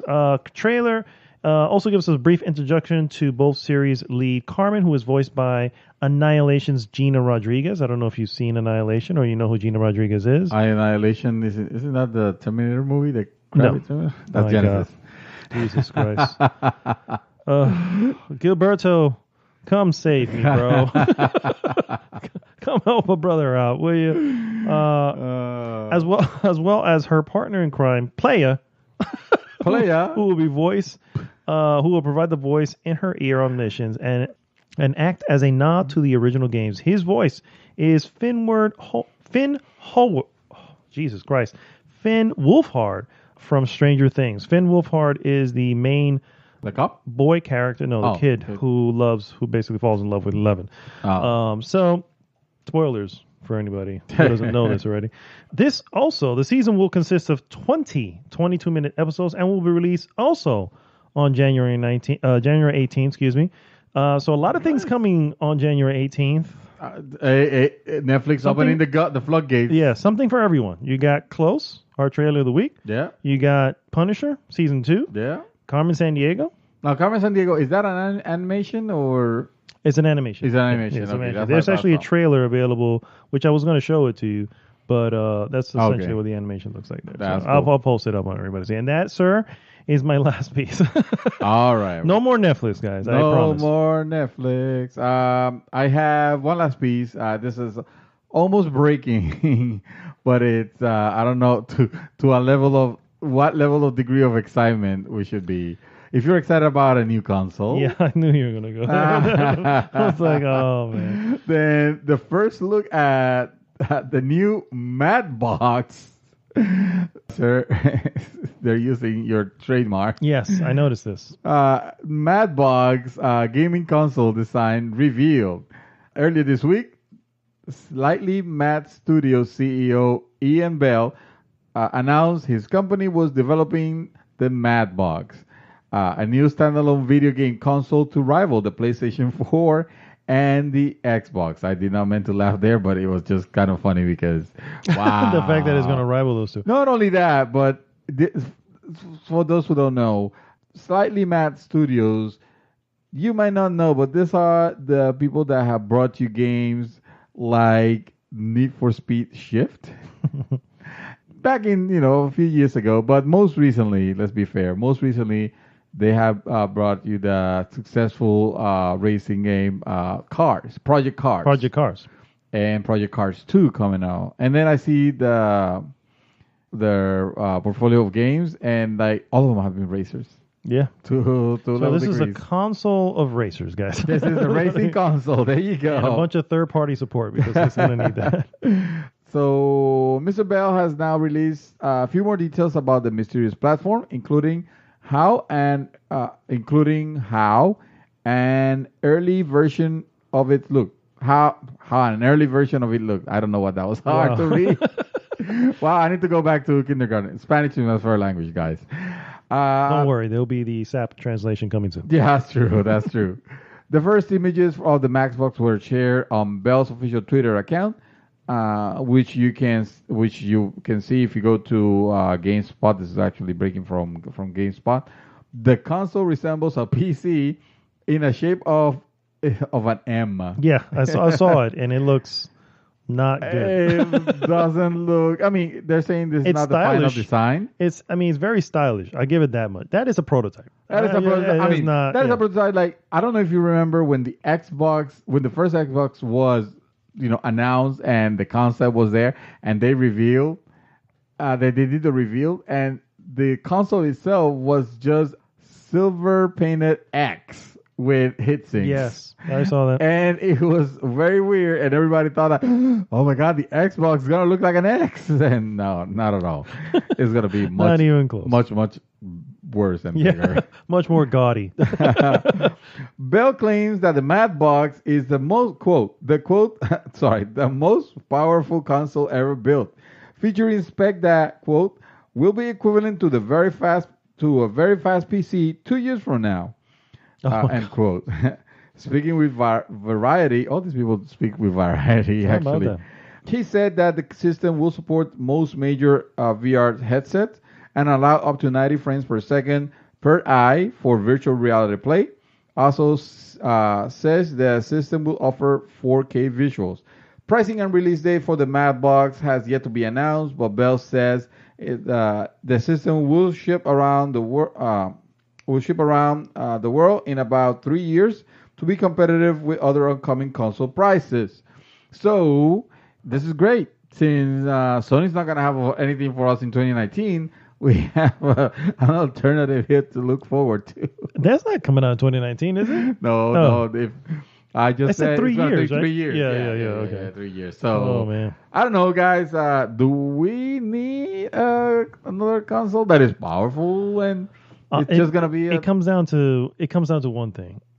Support. Exactly. Yeah. And support is based on number of households that particular unit's in. Yeah. And if you have only 1 million units out in the wild, no one's going to make, not no one, but very few big publishers are going to make or bring anything to your console. What's the point? It doesn't add up for them to do so. The costs of doing so, unless it's very cheap, because if it's just basically a big PC, then it may be pretty easy to do. But what if we're talking about a sort of streaming device, and that's why they say it's going to be very powerful, and it's because you don't really need a computer because everything's streamed. I think in 3 years they're going to be a little too late for that, because in 3 years everything will be streaming. Yeah, so you heard it here first. All right, guys, we're going to take a quick break, and we'll be right back with our hot topic. Hot topic.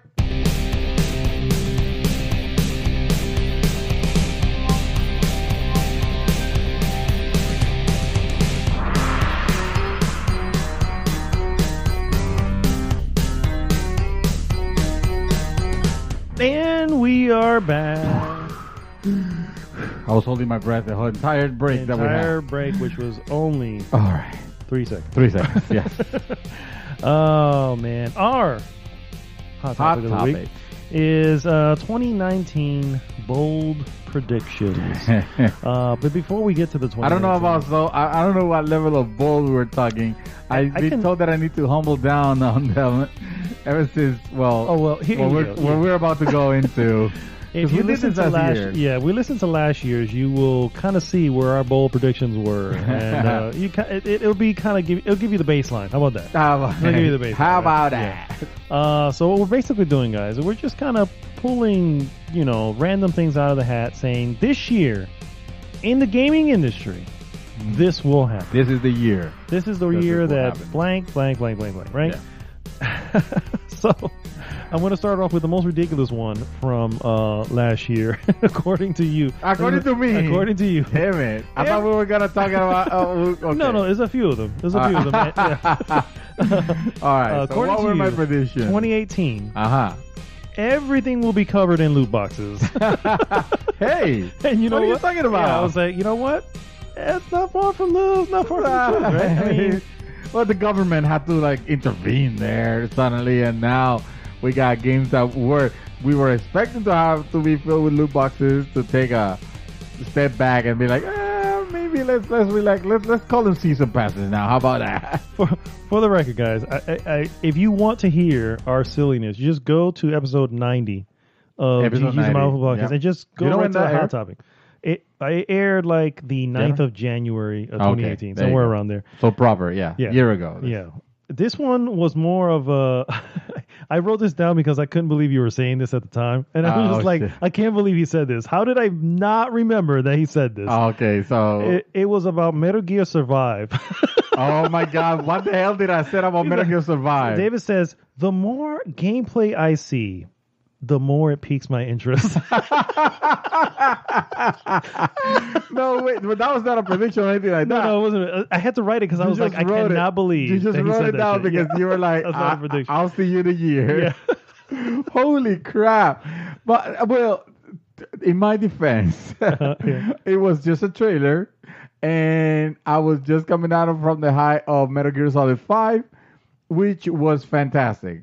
Even though it was incomplete, well, not that it was incomplete, but it felt incomplete. You know, it was a game. It was a full game, but it felt incomplete. There was some part that let you kind of like the story was not super there. However, and freaking what's her name? Quiet. Shut up. Whatever her name was. Yeah. She was ridiculous. She was Yeah, absolutely. the worst part of that game. That said, the gameplay was super tight to a point where I was surprised at how well AI, the AI and graphics and gameplay had evolved. None of those features we saw on Metal Gear Survive, which was The final a product, fucking cash grab, like the cheapest, most. We have a better chair now. Hold on, let me change chairs here. One of the worst, most.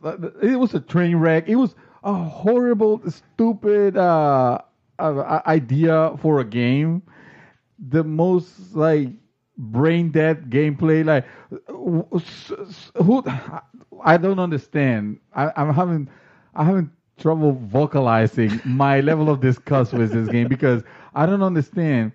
What is it that people find fun about the survival aspect of survival games? Like watching a hunger meter and watching a thirst meter and not being able to, to play. You're constantly on edge, basically. You're constantly dying. But it's not. essentially. Yeah, that's wrong. exactly. Yeah. It's like the equivalent as having your hit points just going down by themselves automatically for no reason.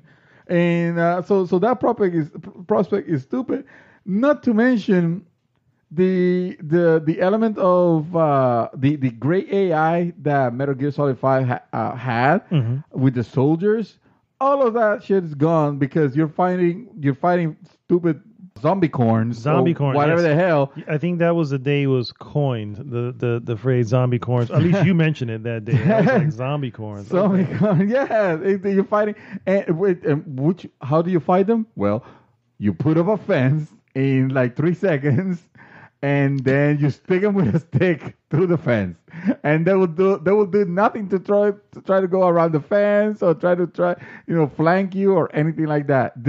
The whole gameplay of this game is moronic to the 10th degree, and I feel sorry for whoever ends up spending money on this piece of trash. I mean, for those who like it, They're crazy. Hey, to each their own and Yes. all that. But I am sorry if you bought it thinking it was good and Yeah, it was gonna complete the story of Metal Gear Solid 5. All right, which so is an excellent game. here is a prediction, and I'm going to leave it to you to determine whether I got this right because I kind of think I did, but then again, I'm not really in that particular ecosystem. Okay. Sea of Thieves, Mad Dog says, will be like Lawbreakers, good but forgotten. Wow, you did mention that. Yes, I would Is say it close? you get a point on I get a that. point. Yes, because when you think Okay. about it, they have been that game. There was a big hoopla when that game was coming and it was opening the Xbox Game Pass and all that jazz. Yeah. Mhm. And people were excited about it. Yeah. People that like playing as pirates and stuff like that. There was some level of excitement. that for the first 2 or 3 weeks was there, and then it completely disappeared because people started realizing that there's just not much to do in the game. They have been patching it and adding content to it, and some people say that it's a little bit better now, but that's not the promise. That's not what we signed. That was signed for. For intended purposes, it might have done No Man's Sky, on it, except that this game was not broken; it was just boring. Sea of Thieves, I mean. But even if they have, even if they revamp the whole game, it still will feel like it's a little too late and a little forgotten. So I would say you pretty much nailed that one. This one here is a dual one with yourself and Shadow. David and Shadow confirm Anthem coming holiday 2018. And then there was EA. And had to. That was actually really good. One. I was like, oh man, that's Yeah, that didn't happen, didn't it? No, we're still waiting. And we're now in 2019. You mean it's not out? It's already? not out. No. No. Although that does lead to my first. I was close because that's a holiday 2018 and it's coming on 2019 on February. That's not even close to the holidays. It's a few months. It's like 2 months. 2 months. That's a quarter, dude. That's 2 months, sir. That's already off. December, January, February. Come on. I deserve something for that. That leads me to my first prediction for 2019. Oh, wait. That's not... I thought... Wasn't Sea of Thieves yours? No. Sea of Thieves was from last year. I'm saying this leads to my first prediction for this podcast. Today's prediction. Wait, so we're done with the prediction? No. I just wanted to, because it's related. It's related. Yeah, it's related. Fine. So I don't want to bring it back up later. Okay. Anthem will be released to a 7.5 Metacritic. Okay. And be a bit of a disappointment. All right. Well, a little bit of disappointment. I will meet that and beat you with Anthems will have great reviews despite its bare bones campaign. And what I mean by that is we're kind of on the same page there, I think. Yeah. I think we're talking about the same thing. I think Anthem is a game that has been hyped to the point where it starts affecting. Like, you don't want to believe this, but it happens. You've seen it so many times in this industry that it happens. The hype actually gets to the reviewers, to the people that you start. Not everybody. But suddenly, but the fans, there's a lot of people that could make a change to where maybe your favorite reviewer, the one that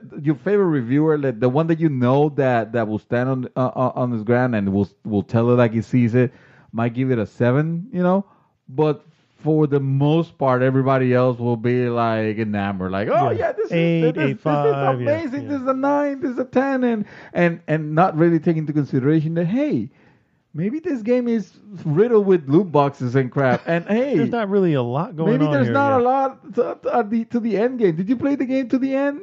No, but I was playing with my friends. I enjoyed and it was for fun. what it was.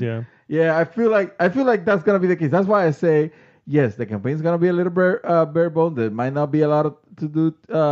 Thing. I feel like that's not really like a bold prediction. That's almost like the norm. That's definitely not a bold prediction. But that's more just a prediction. But saying that it's gonna have great reviews, despite the fact that it's bare bones, I put it there as one of my short lists. One of the short lists. Yes. And because we agreed, I'm taking you down with me. I agree. Next year. Here's a good one from last year. Yes. Crackdown 3.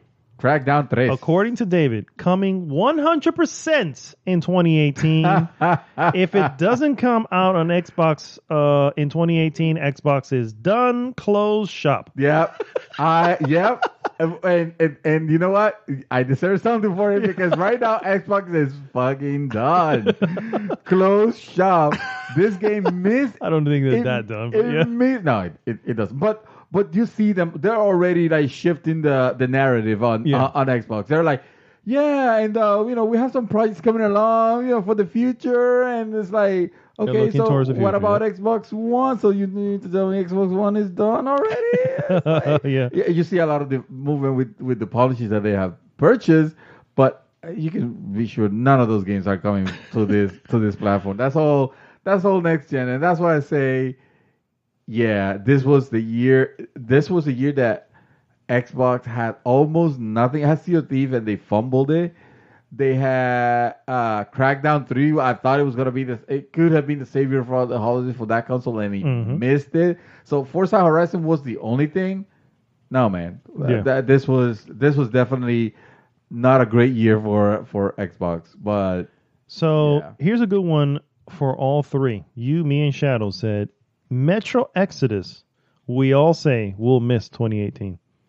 Oh, And we nailed it. We nailed it. Yeah. Missed 2018. Yeah, that game is not Point there. for us. Yeah, Yeah. it's still not out yet. They look too elaborated for a quick release. It's like I kind of agree. if they have been working on this for a few years before announcing it, which I mean they are, but it looked too good. It didn't look like the type of game that will release right now. Here's one where we were both off, you and I. Red Dead Redemption 2. Both you, Mad Dog, and David said not coming till April 2019. It was going to miss 2018. Shit. Yeah. Oh, so we messed that up. That was that game. That game sounded like it was just way too much. And to be honest, it released on time. It released this year. It was still way too much. Mm-hmm. It had a lot It of definitely things. had a lot, yeah. Good for whoever like that. Yeah, But- yeah. According to David, Days Gone will be getting canceled in 2018. Days Gone. And I nailed it because that game is not out, and you can rest assured that game is canceled. That game That's is great. vaporware as vaporware can be. They cannot nail the way that this game looks. We have seen like a couple of trailers, and every trailer looks worse than the previous one. Yeah, this game's canceled, bro. I stick to what? It wasn't canceled 2018, but it'll be canceled. It will be 2019. canceled. Yeah. We also said that God of War at that time. Remember, this is early January. There hadn't been a release date yet for God of War for some strange reason, even though it came out like 2 months after that or 3 months after that. Yeah. We said that it will, because of that, we haven't heard anything. It will be a fall release, and A fall release of that year? of 2018. Yeah, I'm not sure. Like, yeah, that's wrong, sir. no, It was specific enough to be wrong, unfortunately. Yeah, but yes, yeah, but like, who cares? It still came in That the wasn't same year. that wasn't so a it bold wasn't prediction. Yeah, either, it so wasn't. It wasn't strong.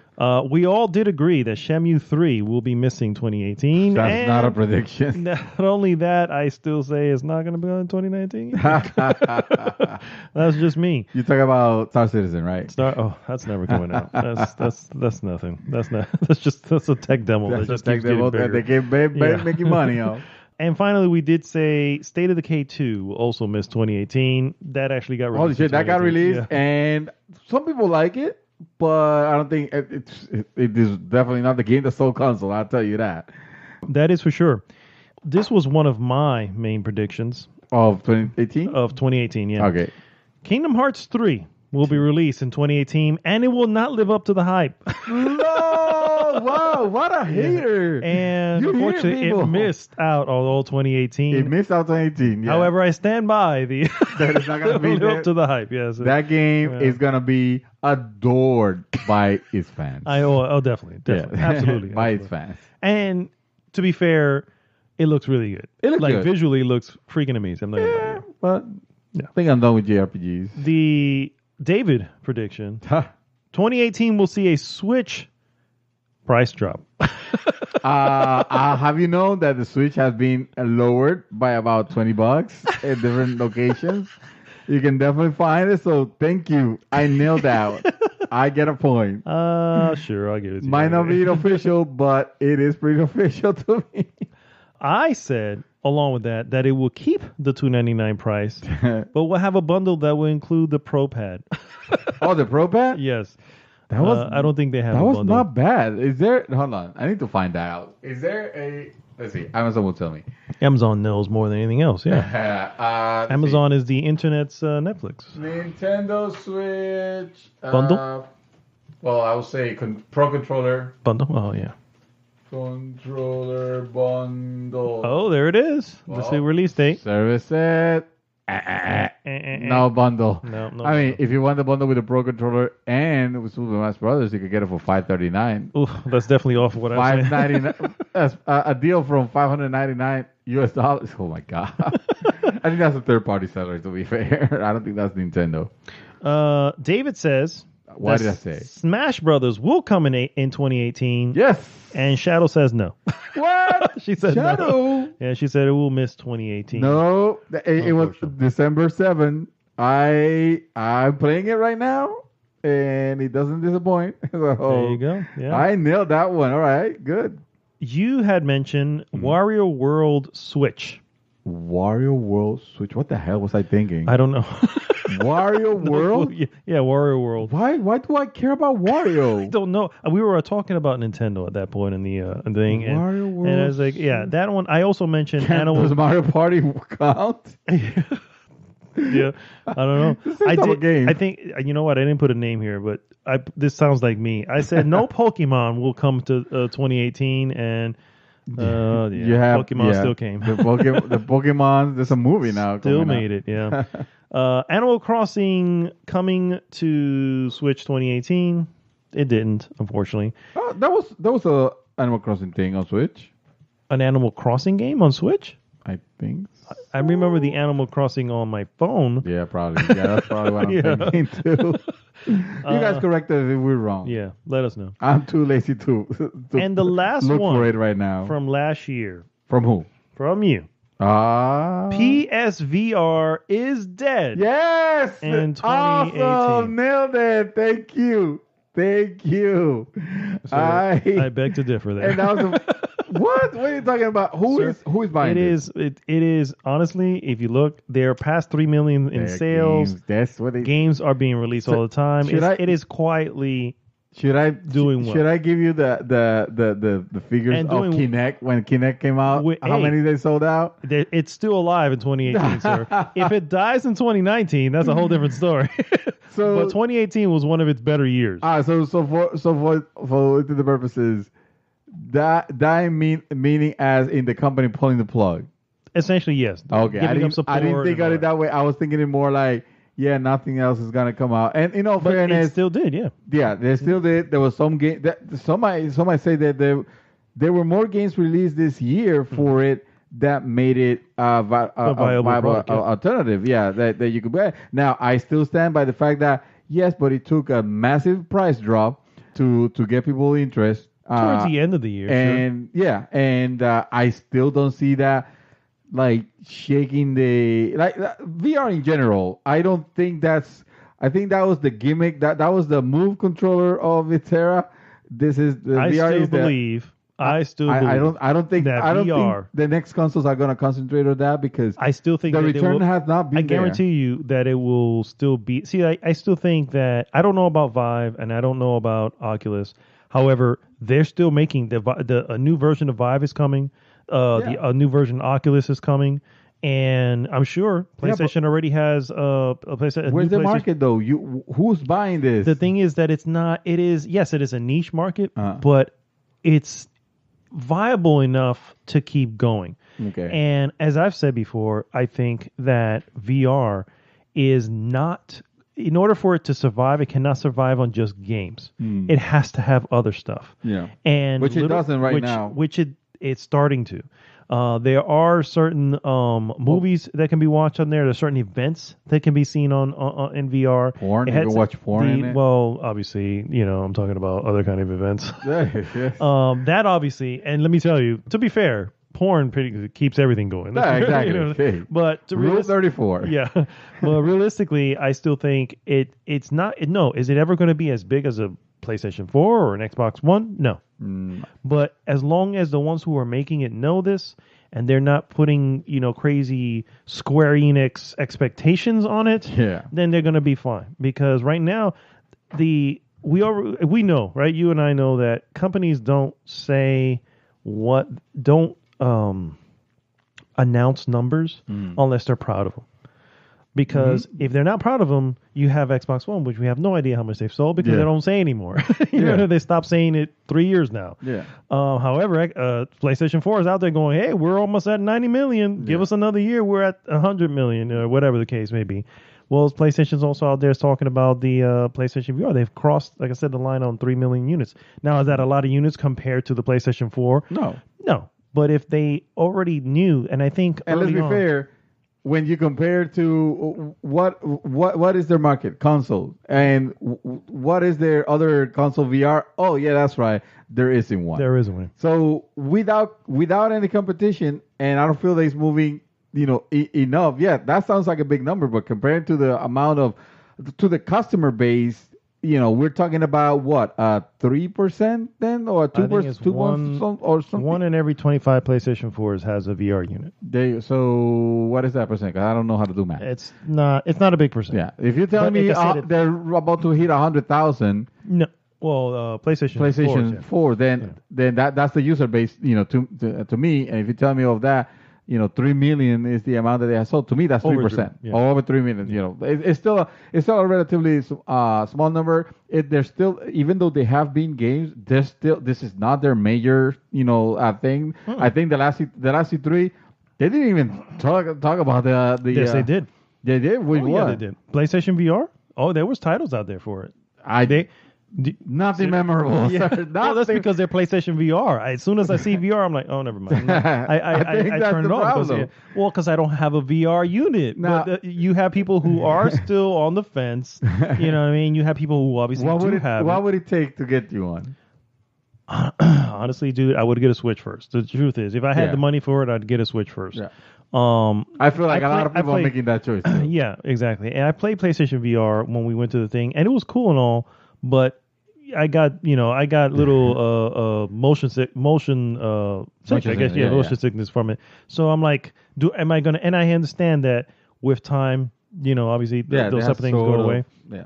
But I'm like, do I really want to put myself through that shit every day? Just to eventually get over it? Yeah. And the experiences that are what? Like, half an hour experiences? I don't know. You can play Skyrim, the whole Skyrim on it. Which if you're crazy. Just because it's available doesn't mean that you should. And those who do it, apparently it's actually pretty good. Now, I think it's still Skyrim, so it's, it's like, hey, whatever. But that's what I'm saying. So, no, PlayStation, obviously, it didn't die. But it does suffer from a very terminal illness. I feel like, this is not gonna survive. This is the generation. I think it's just like motion controls died with that last generation. No, because like I said, I think as long as they look past the game portion of it, it will be okay. And like I said, with Vive and Oculus still releasing new versions of it that are smaller, less wires. Kinect made gazillion monies to Microsoft. Kinect made a gazillion dollars because it came with the damn console. No, but people were buying the consoles with it. Then so you're telling me that the solution here will be for Sony to make a bundle with and put it at a reasonable price. I think that they will eventually do that with the PlayStation 4. Not anytime soon. I think that they will. Is that a solution? No. Like I said, they were looking to sell 1 million consoles in the first year. And they hit that number. And we're coming to the end of year 2, and they're over 3 million. So that's an increase. When I talk about Kinect, I was talking about the original Kinect, not Kinect that came with the Xbox One originally when it was the original Kinect. The Project Natal. Yeah, the Project Natal. Mm-hmm. Yes, Natal did not come out with Xbox at first. There was they did the bundle later on, but at first they were selling separate by itself. And again, it was the gimmick that everybody was into. But look at the price point on that though. What was the price point of the Kinect? Oh, originally I think it was like 150. Jesus Christ! I think, yeah, no, yeah.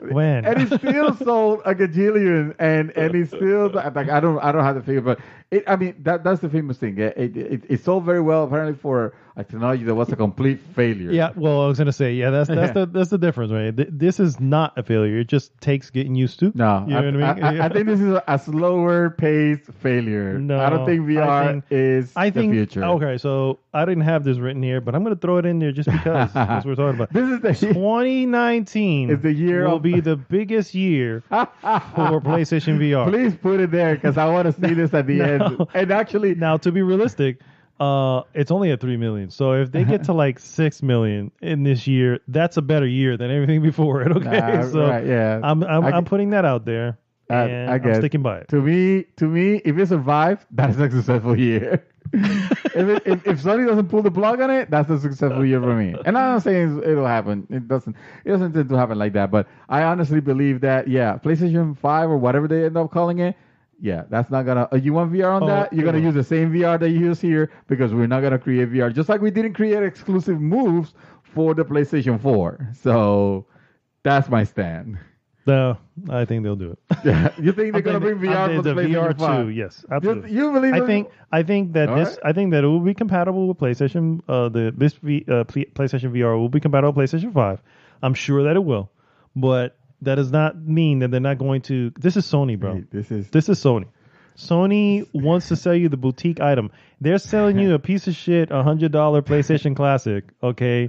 Which and it's not even. Let's be real. We've discussed this. $40 is like the too much for it. They're selling it at $100.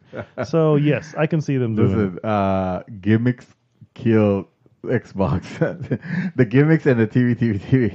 If Sony start pulling shit like that, like you can VR for this console, I'm sure it's gonna happen. No, All right. gracias. The prediction, sir. Is it time for the It's time for the. Well, we already said one. Okay. And actually, I just said my second one. Oh, there you go. PlayStation VR will have its best year in 2019. Please write that down, and please write down the level of my hesitation. Not hesitation, because I'm not hesitating. I completely 100% disagree with that statement. All right. Well, since we're gonna talk about the predictions here, I already mentioned that Anthem was gonna have very good reviews. This one's I feel like they're not super bold, but here they go. So, Microsoft's this less Xbox One streaming is gonna be announced at this E3. This is almost a sure thing. Yeah, to me. This is the console that they call. I forgot what was the code name that they were saying. Those are two code names. Anaconda. Yes. How can you forget Anaconda? I know. Now the other one I forgot. I don't know what the other one. Like Lockhart. Lockhart. Yeah. There you go. Yeah, Tifa. Tifa. Yeah, that's right. So Tifa is gonna be the streaming Xbox. It's gonna be like an Xbox One. Honestly, this is gonna be I'm sorry. It's gonna be smaller. Mm-hmm. It's not gonna be an Xbox One because obviously it's gonna be a streaming box for whatever the power of the Anaconda does. The Anaconda does. Nice. Sir. Anaconda is don't want none. unless he has games, son. Well done, sir. So yeah. I'm looking forward to that announcement. I think this is the year that Xbox will actually deliver more on their streaming strategy. I feel like they have a streaming strategy, and they're gonna mix in Mixer. They're gonna have Mixer on it.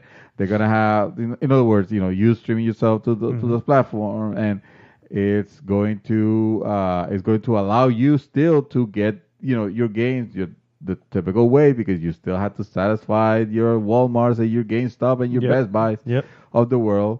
But that's what Anaconda is. I know I can't say the code name with a straight face.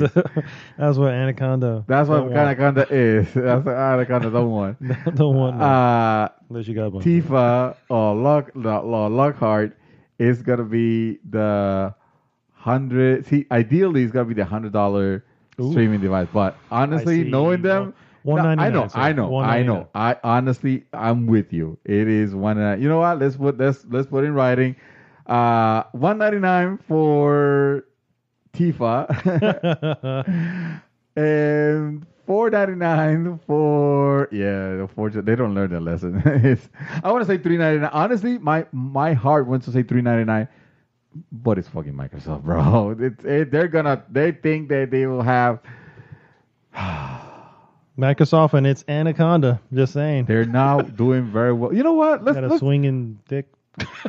That's what they're doing. The Anaconda. Oh, that's a bunch of dick swinging. That's what it is, man. Yeah, that's what console wars are, really. Yeah. That's what how it all console began. warriors are. It's just Yeah. a bunch of dick waving. Yes. You know. Miyamoto started it all. Yeah. That man.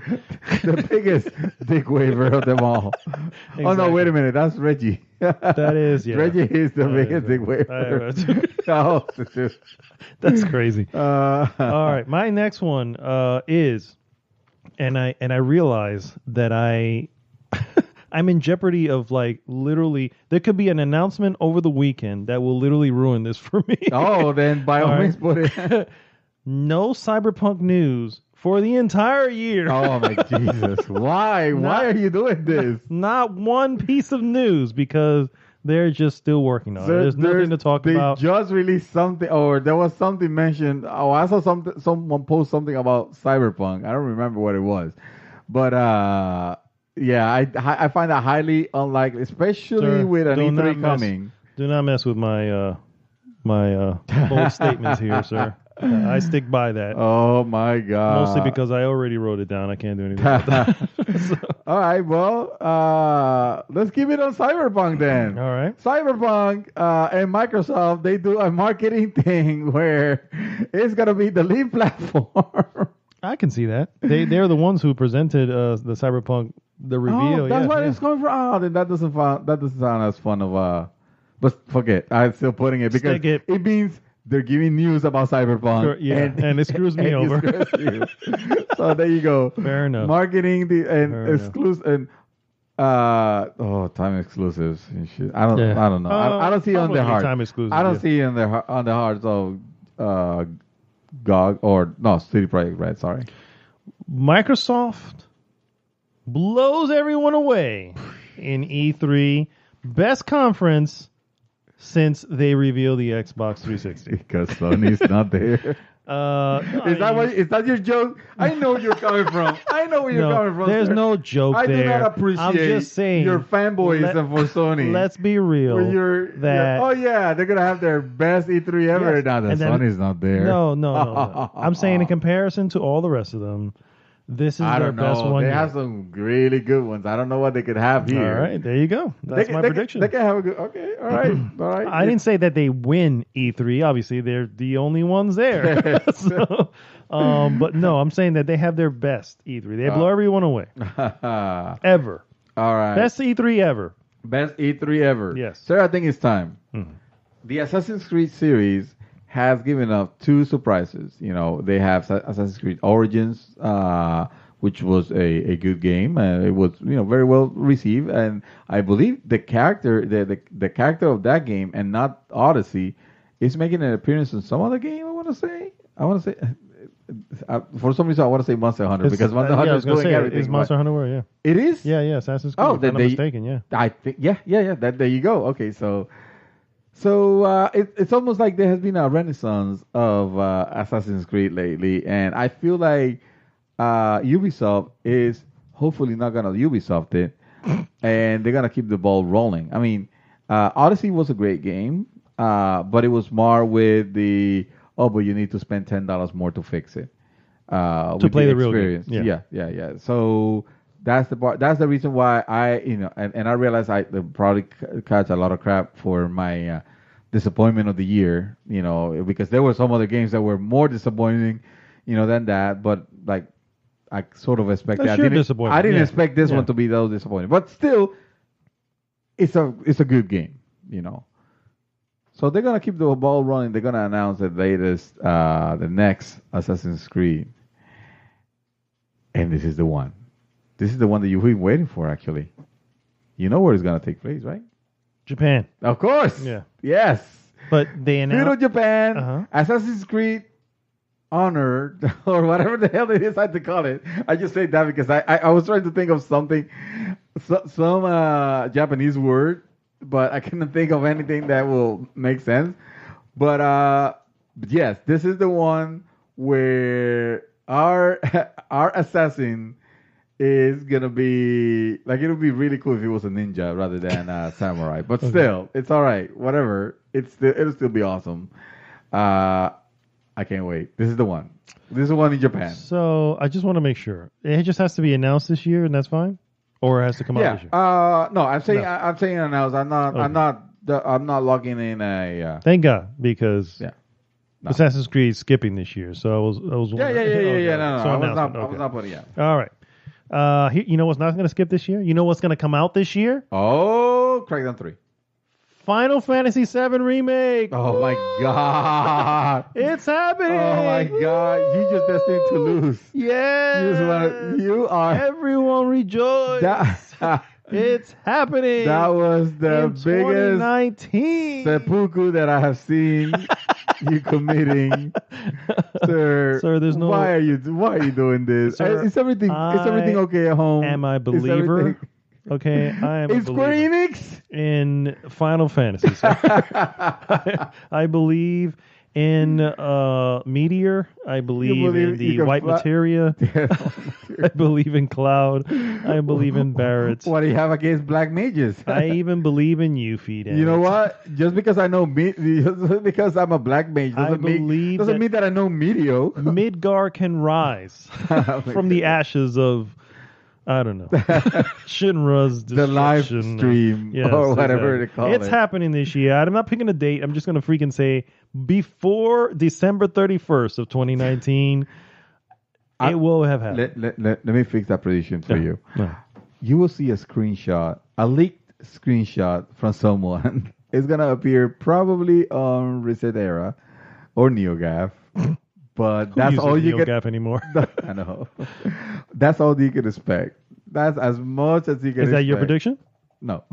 I'm fixing your prediction. Oh, no Because need. you went bald ass insane. Yes, that's the Like, point, guys. That is the what point. in the world? Oh, man. All right, so I'm just going to give my last one and just call it a day because I'm never going to beat that one. Sir, say hello to the Super Nintendo Switch. Super Nintendo Switch. Yes, that's what they're calling it. That's what they're calling it. All this crap about, oh, it's going to be the Switch Lite. Oh, it's going to say the Switch XL. No, come on, guys. No. This is the year of the Super Nintendo Switch. I like it. Which is going to be, I know, right? I like it. It's yeah. going to be the mentioned increase in resolution and or screen, at least the type of screen is going to be improved, and The size and all yeah, that the shit. size, all those improvements that they mentioned they were going to do, and of course in its design and coloring, it's going to kind of allude to the memories of the Super Nintendo. I'm not saying they're going to make it look like a Super Nintendo classic, but it's going to allude to it. You're going to think about it when you see this thing. And yes, and that is and you're going to start seeing games called back again. Super Nintendo Switch. Super Metroid Switch or whatever it is that they call. And oh, by the way, Metroid. Mm-hmm. I meant just a side one if I can throw that as long as I'm in the Switch. So Metroid 4 is not going to be called Metroid 4. It's just going to be called Metroid something something. Isn't it Metro Prime 4? That's what you would expect. Well, that's But what it's the going to title be. thing says. It's just going to say but that's just. It's going to be a working Placeholder, title. yeah. Mhm. Yeah, it's not going to be Metroid Prime 4. It's just going to be maybe Metroid Prime. Will it be and first something. person like Prime? It's going to be third person. Oh, I love That's it. what I'm saying. Yeah. Not like that other one, right? Not like Project M. Okay. Thank Madre del Diablo. Yes, madre indeed. To keep it on the Switch news, sir, Pokemon on Switch Gotta catch them all. leads to record Switch sales. Yes.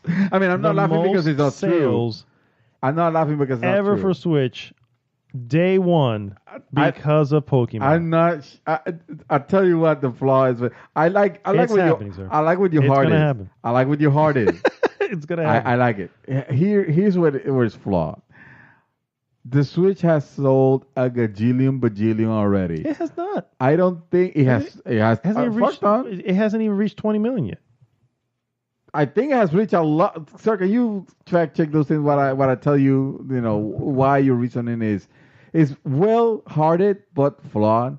is because the Switch has sold already. I'm not saying they're saturating the market, but it has sold enough to where most of the people that wanted one have one already, and those that don't have it yet, they will get it, but it's still the minority, because most of his fans are there. Now, if you were telling me, because 22 million units. there you go, more than 20, so I win. I just said it's 20 million. You said they haven't reached 20 million. You I said. did say that? Okay. Well, Yeah. still, they were just under it, is what I was thinking. So that's still about the same. I'll tell you- considering, what is the other one? Jesus Christ, the Wii. Vita? Oh, the Wii. The Wii numbers and all this. Sir, It's happening. the Wii, the Wii was 10. Just let it happen. No. It's just I gonna know happen. it's gonna happen, but let me fix it. Most ever. Let me fix it. I know it's gonna happen. It's true, but it's because of the release of the Super Nintendo Switch. Because now you're selling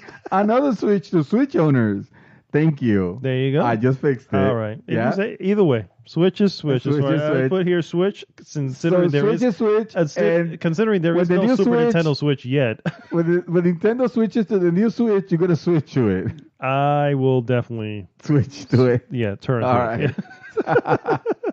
All right. Last few that I have here are not that bold. but Last just- few? Yeah. Oh, wow. Ghost of Tsushima will come out in fall of 2019. Yeah, I can see that. Rage 2 will have a 9.2 Metacritic. Damn, that is very accurate. I will definitely see that. I don't know if that's very accurate. I'm just I throwing think it I- out there. I can- Considering what the definitely first see it. Rage, I'm just saying. No, but this one looks good, man. So did Final 76. Yeah. So did many things, sir. So I'm just did many saying, things. Yeah. And then, It's Bethesda, bro. You know that. Oh, wait. So it's Yeah. Final 76. Ah. so, so, and my last one, 2019, the year of gaming in 2019. The year of gaming? Yes, they're just the overall, the games of 2019, the events, everything that happens in 2019 will not Okay. be as good as the last 3 years. It's not. It's definitely.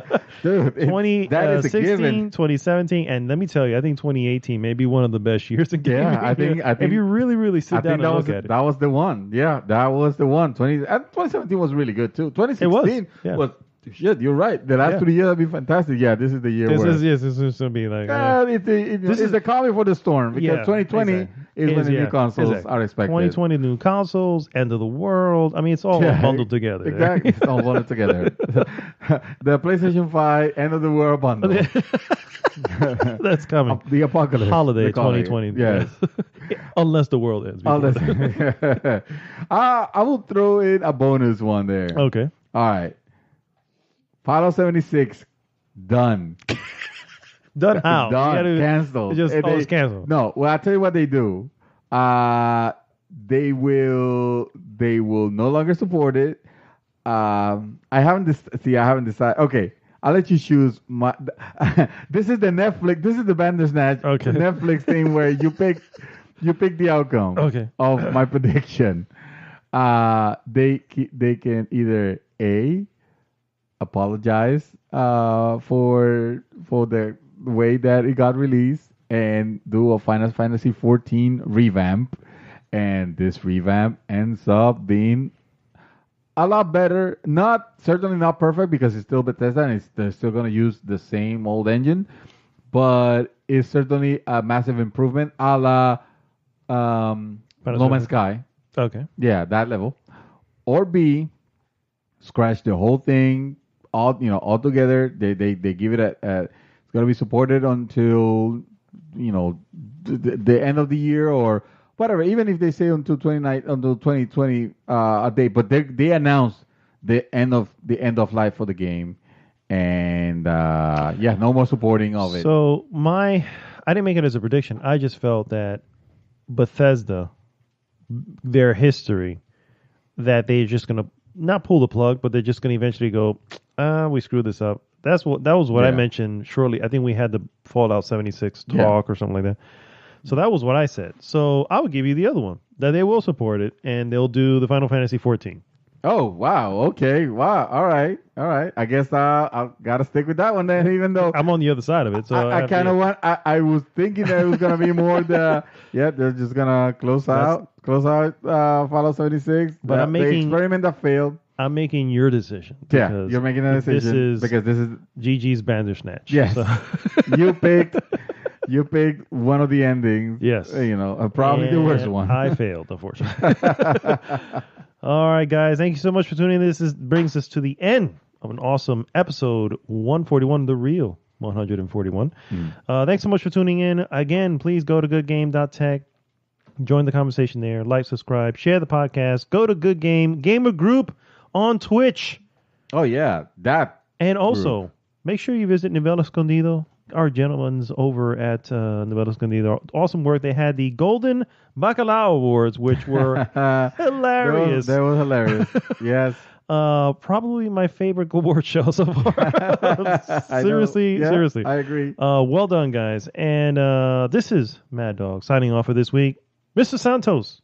So I remember a time where I used to drink Coors Light and enjoy it.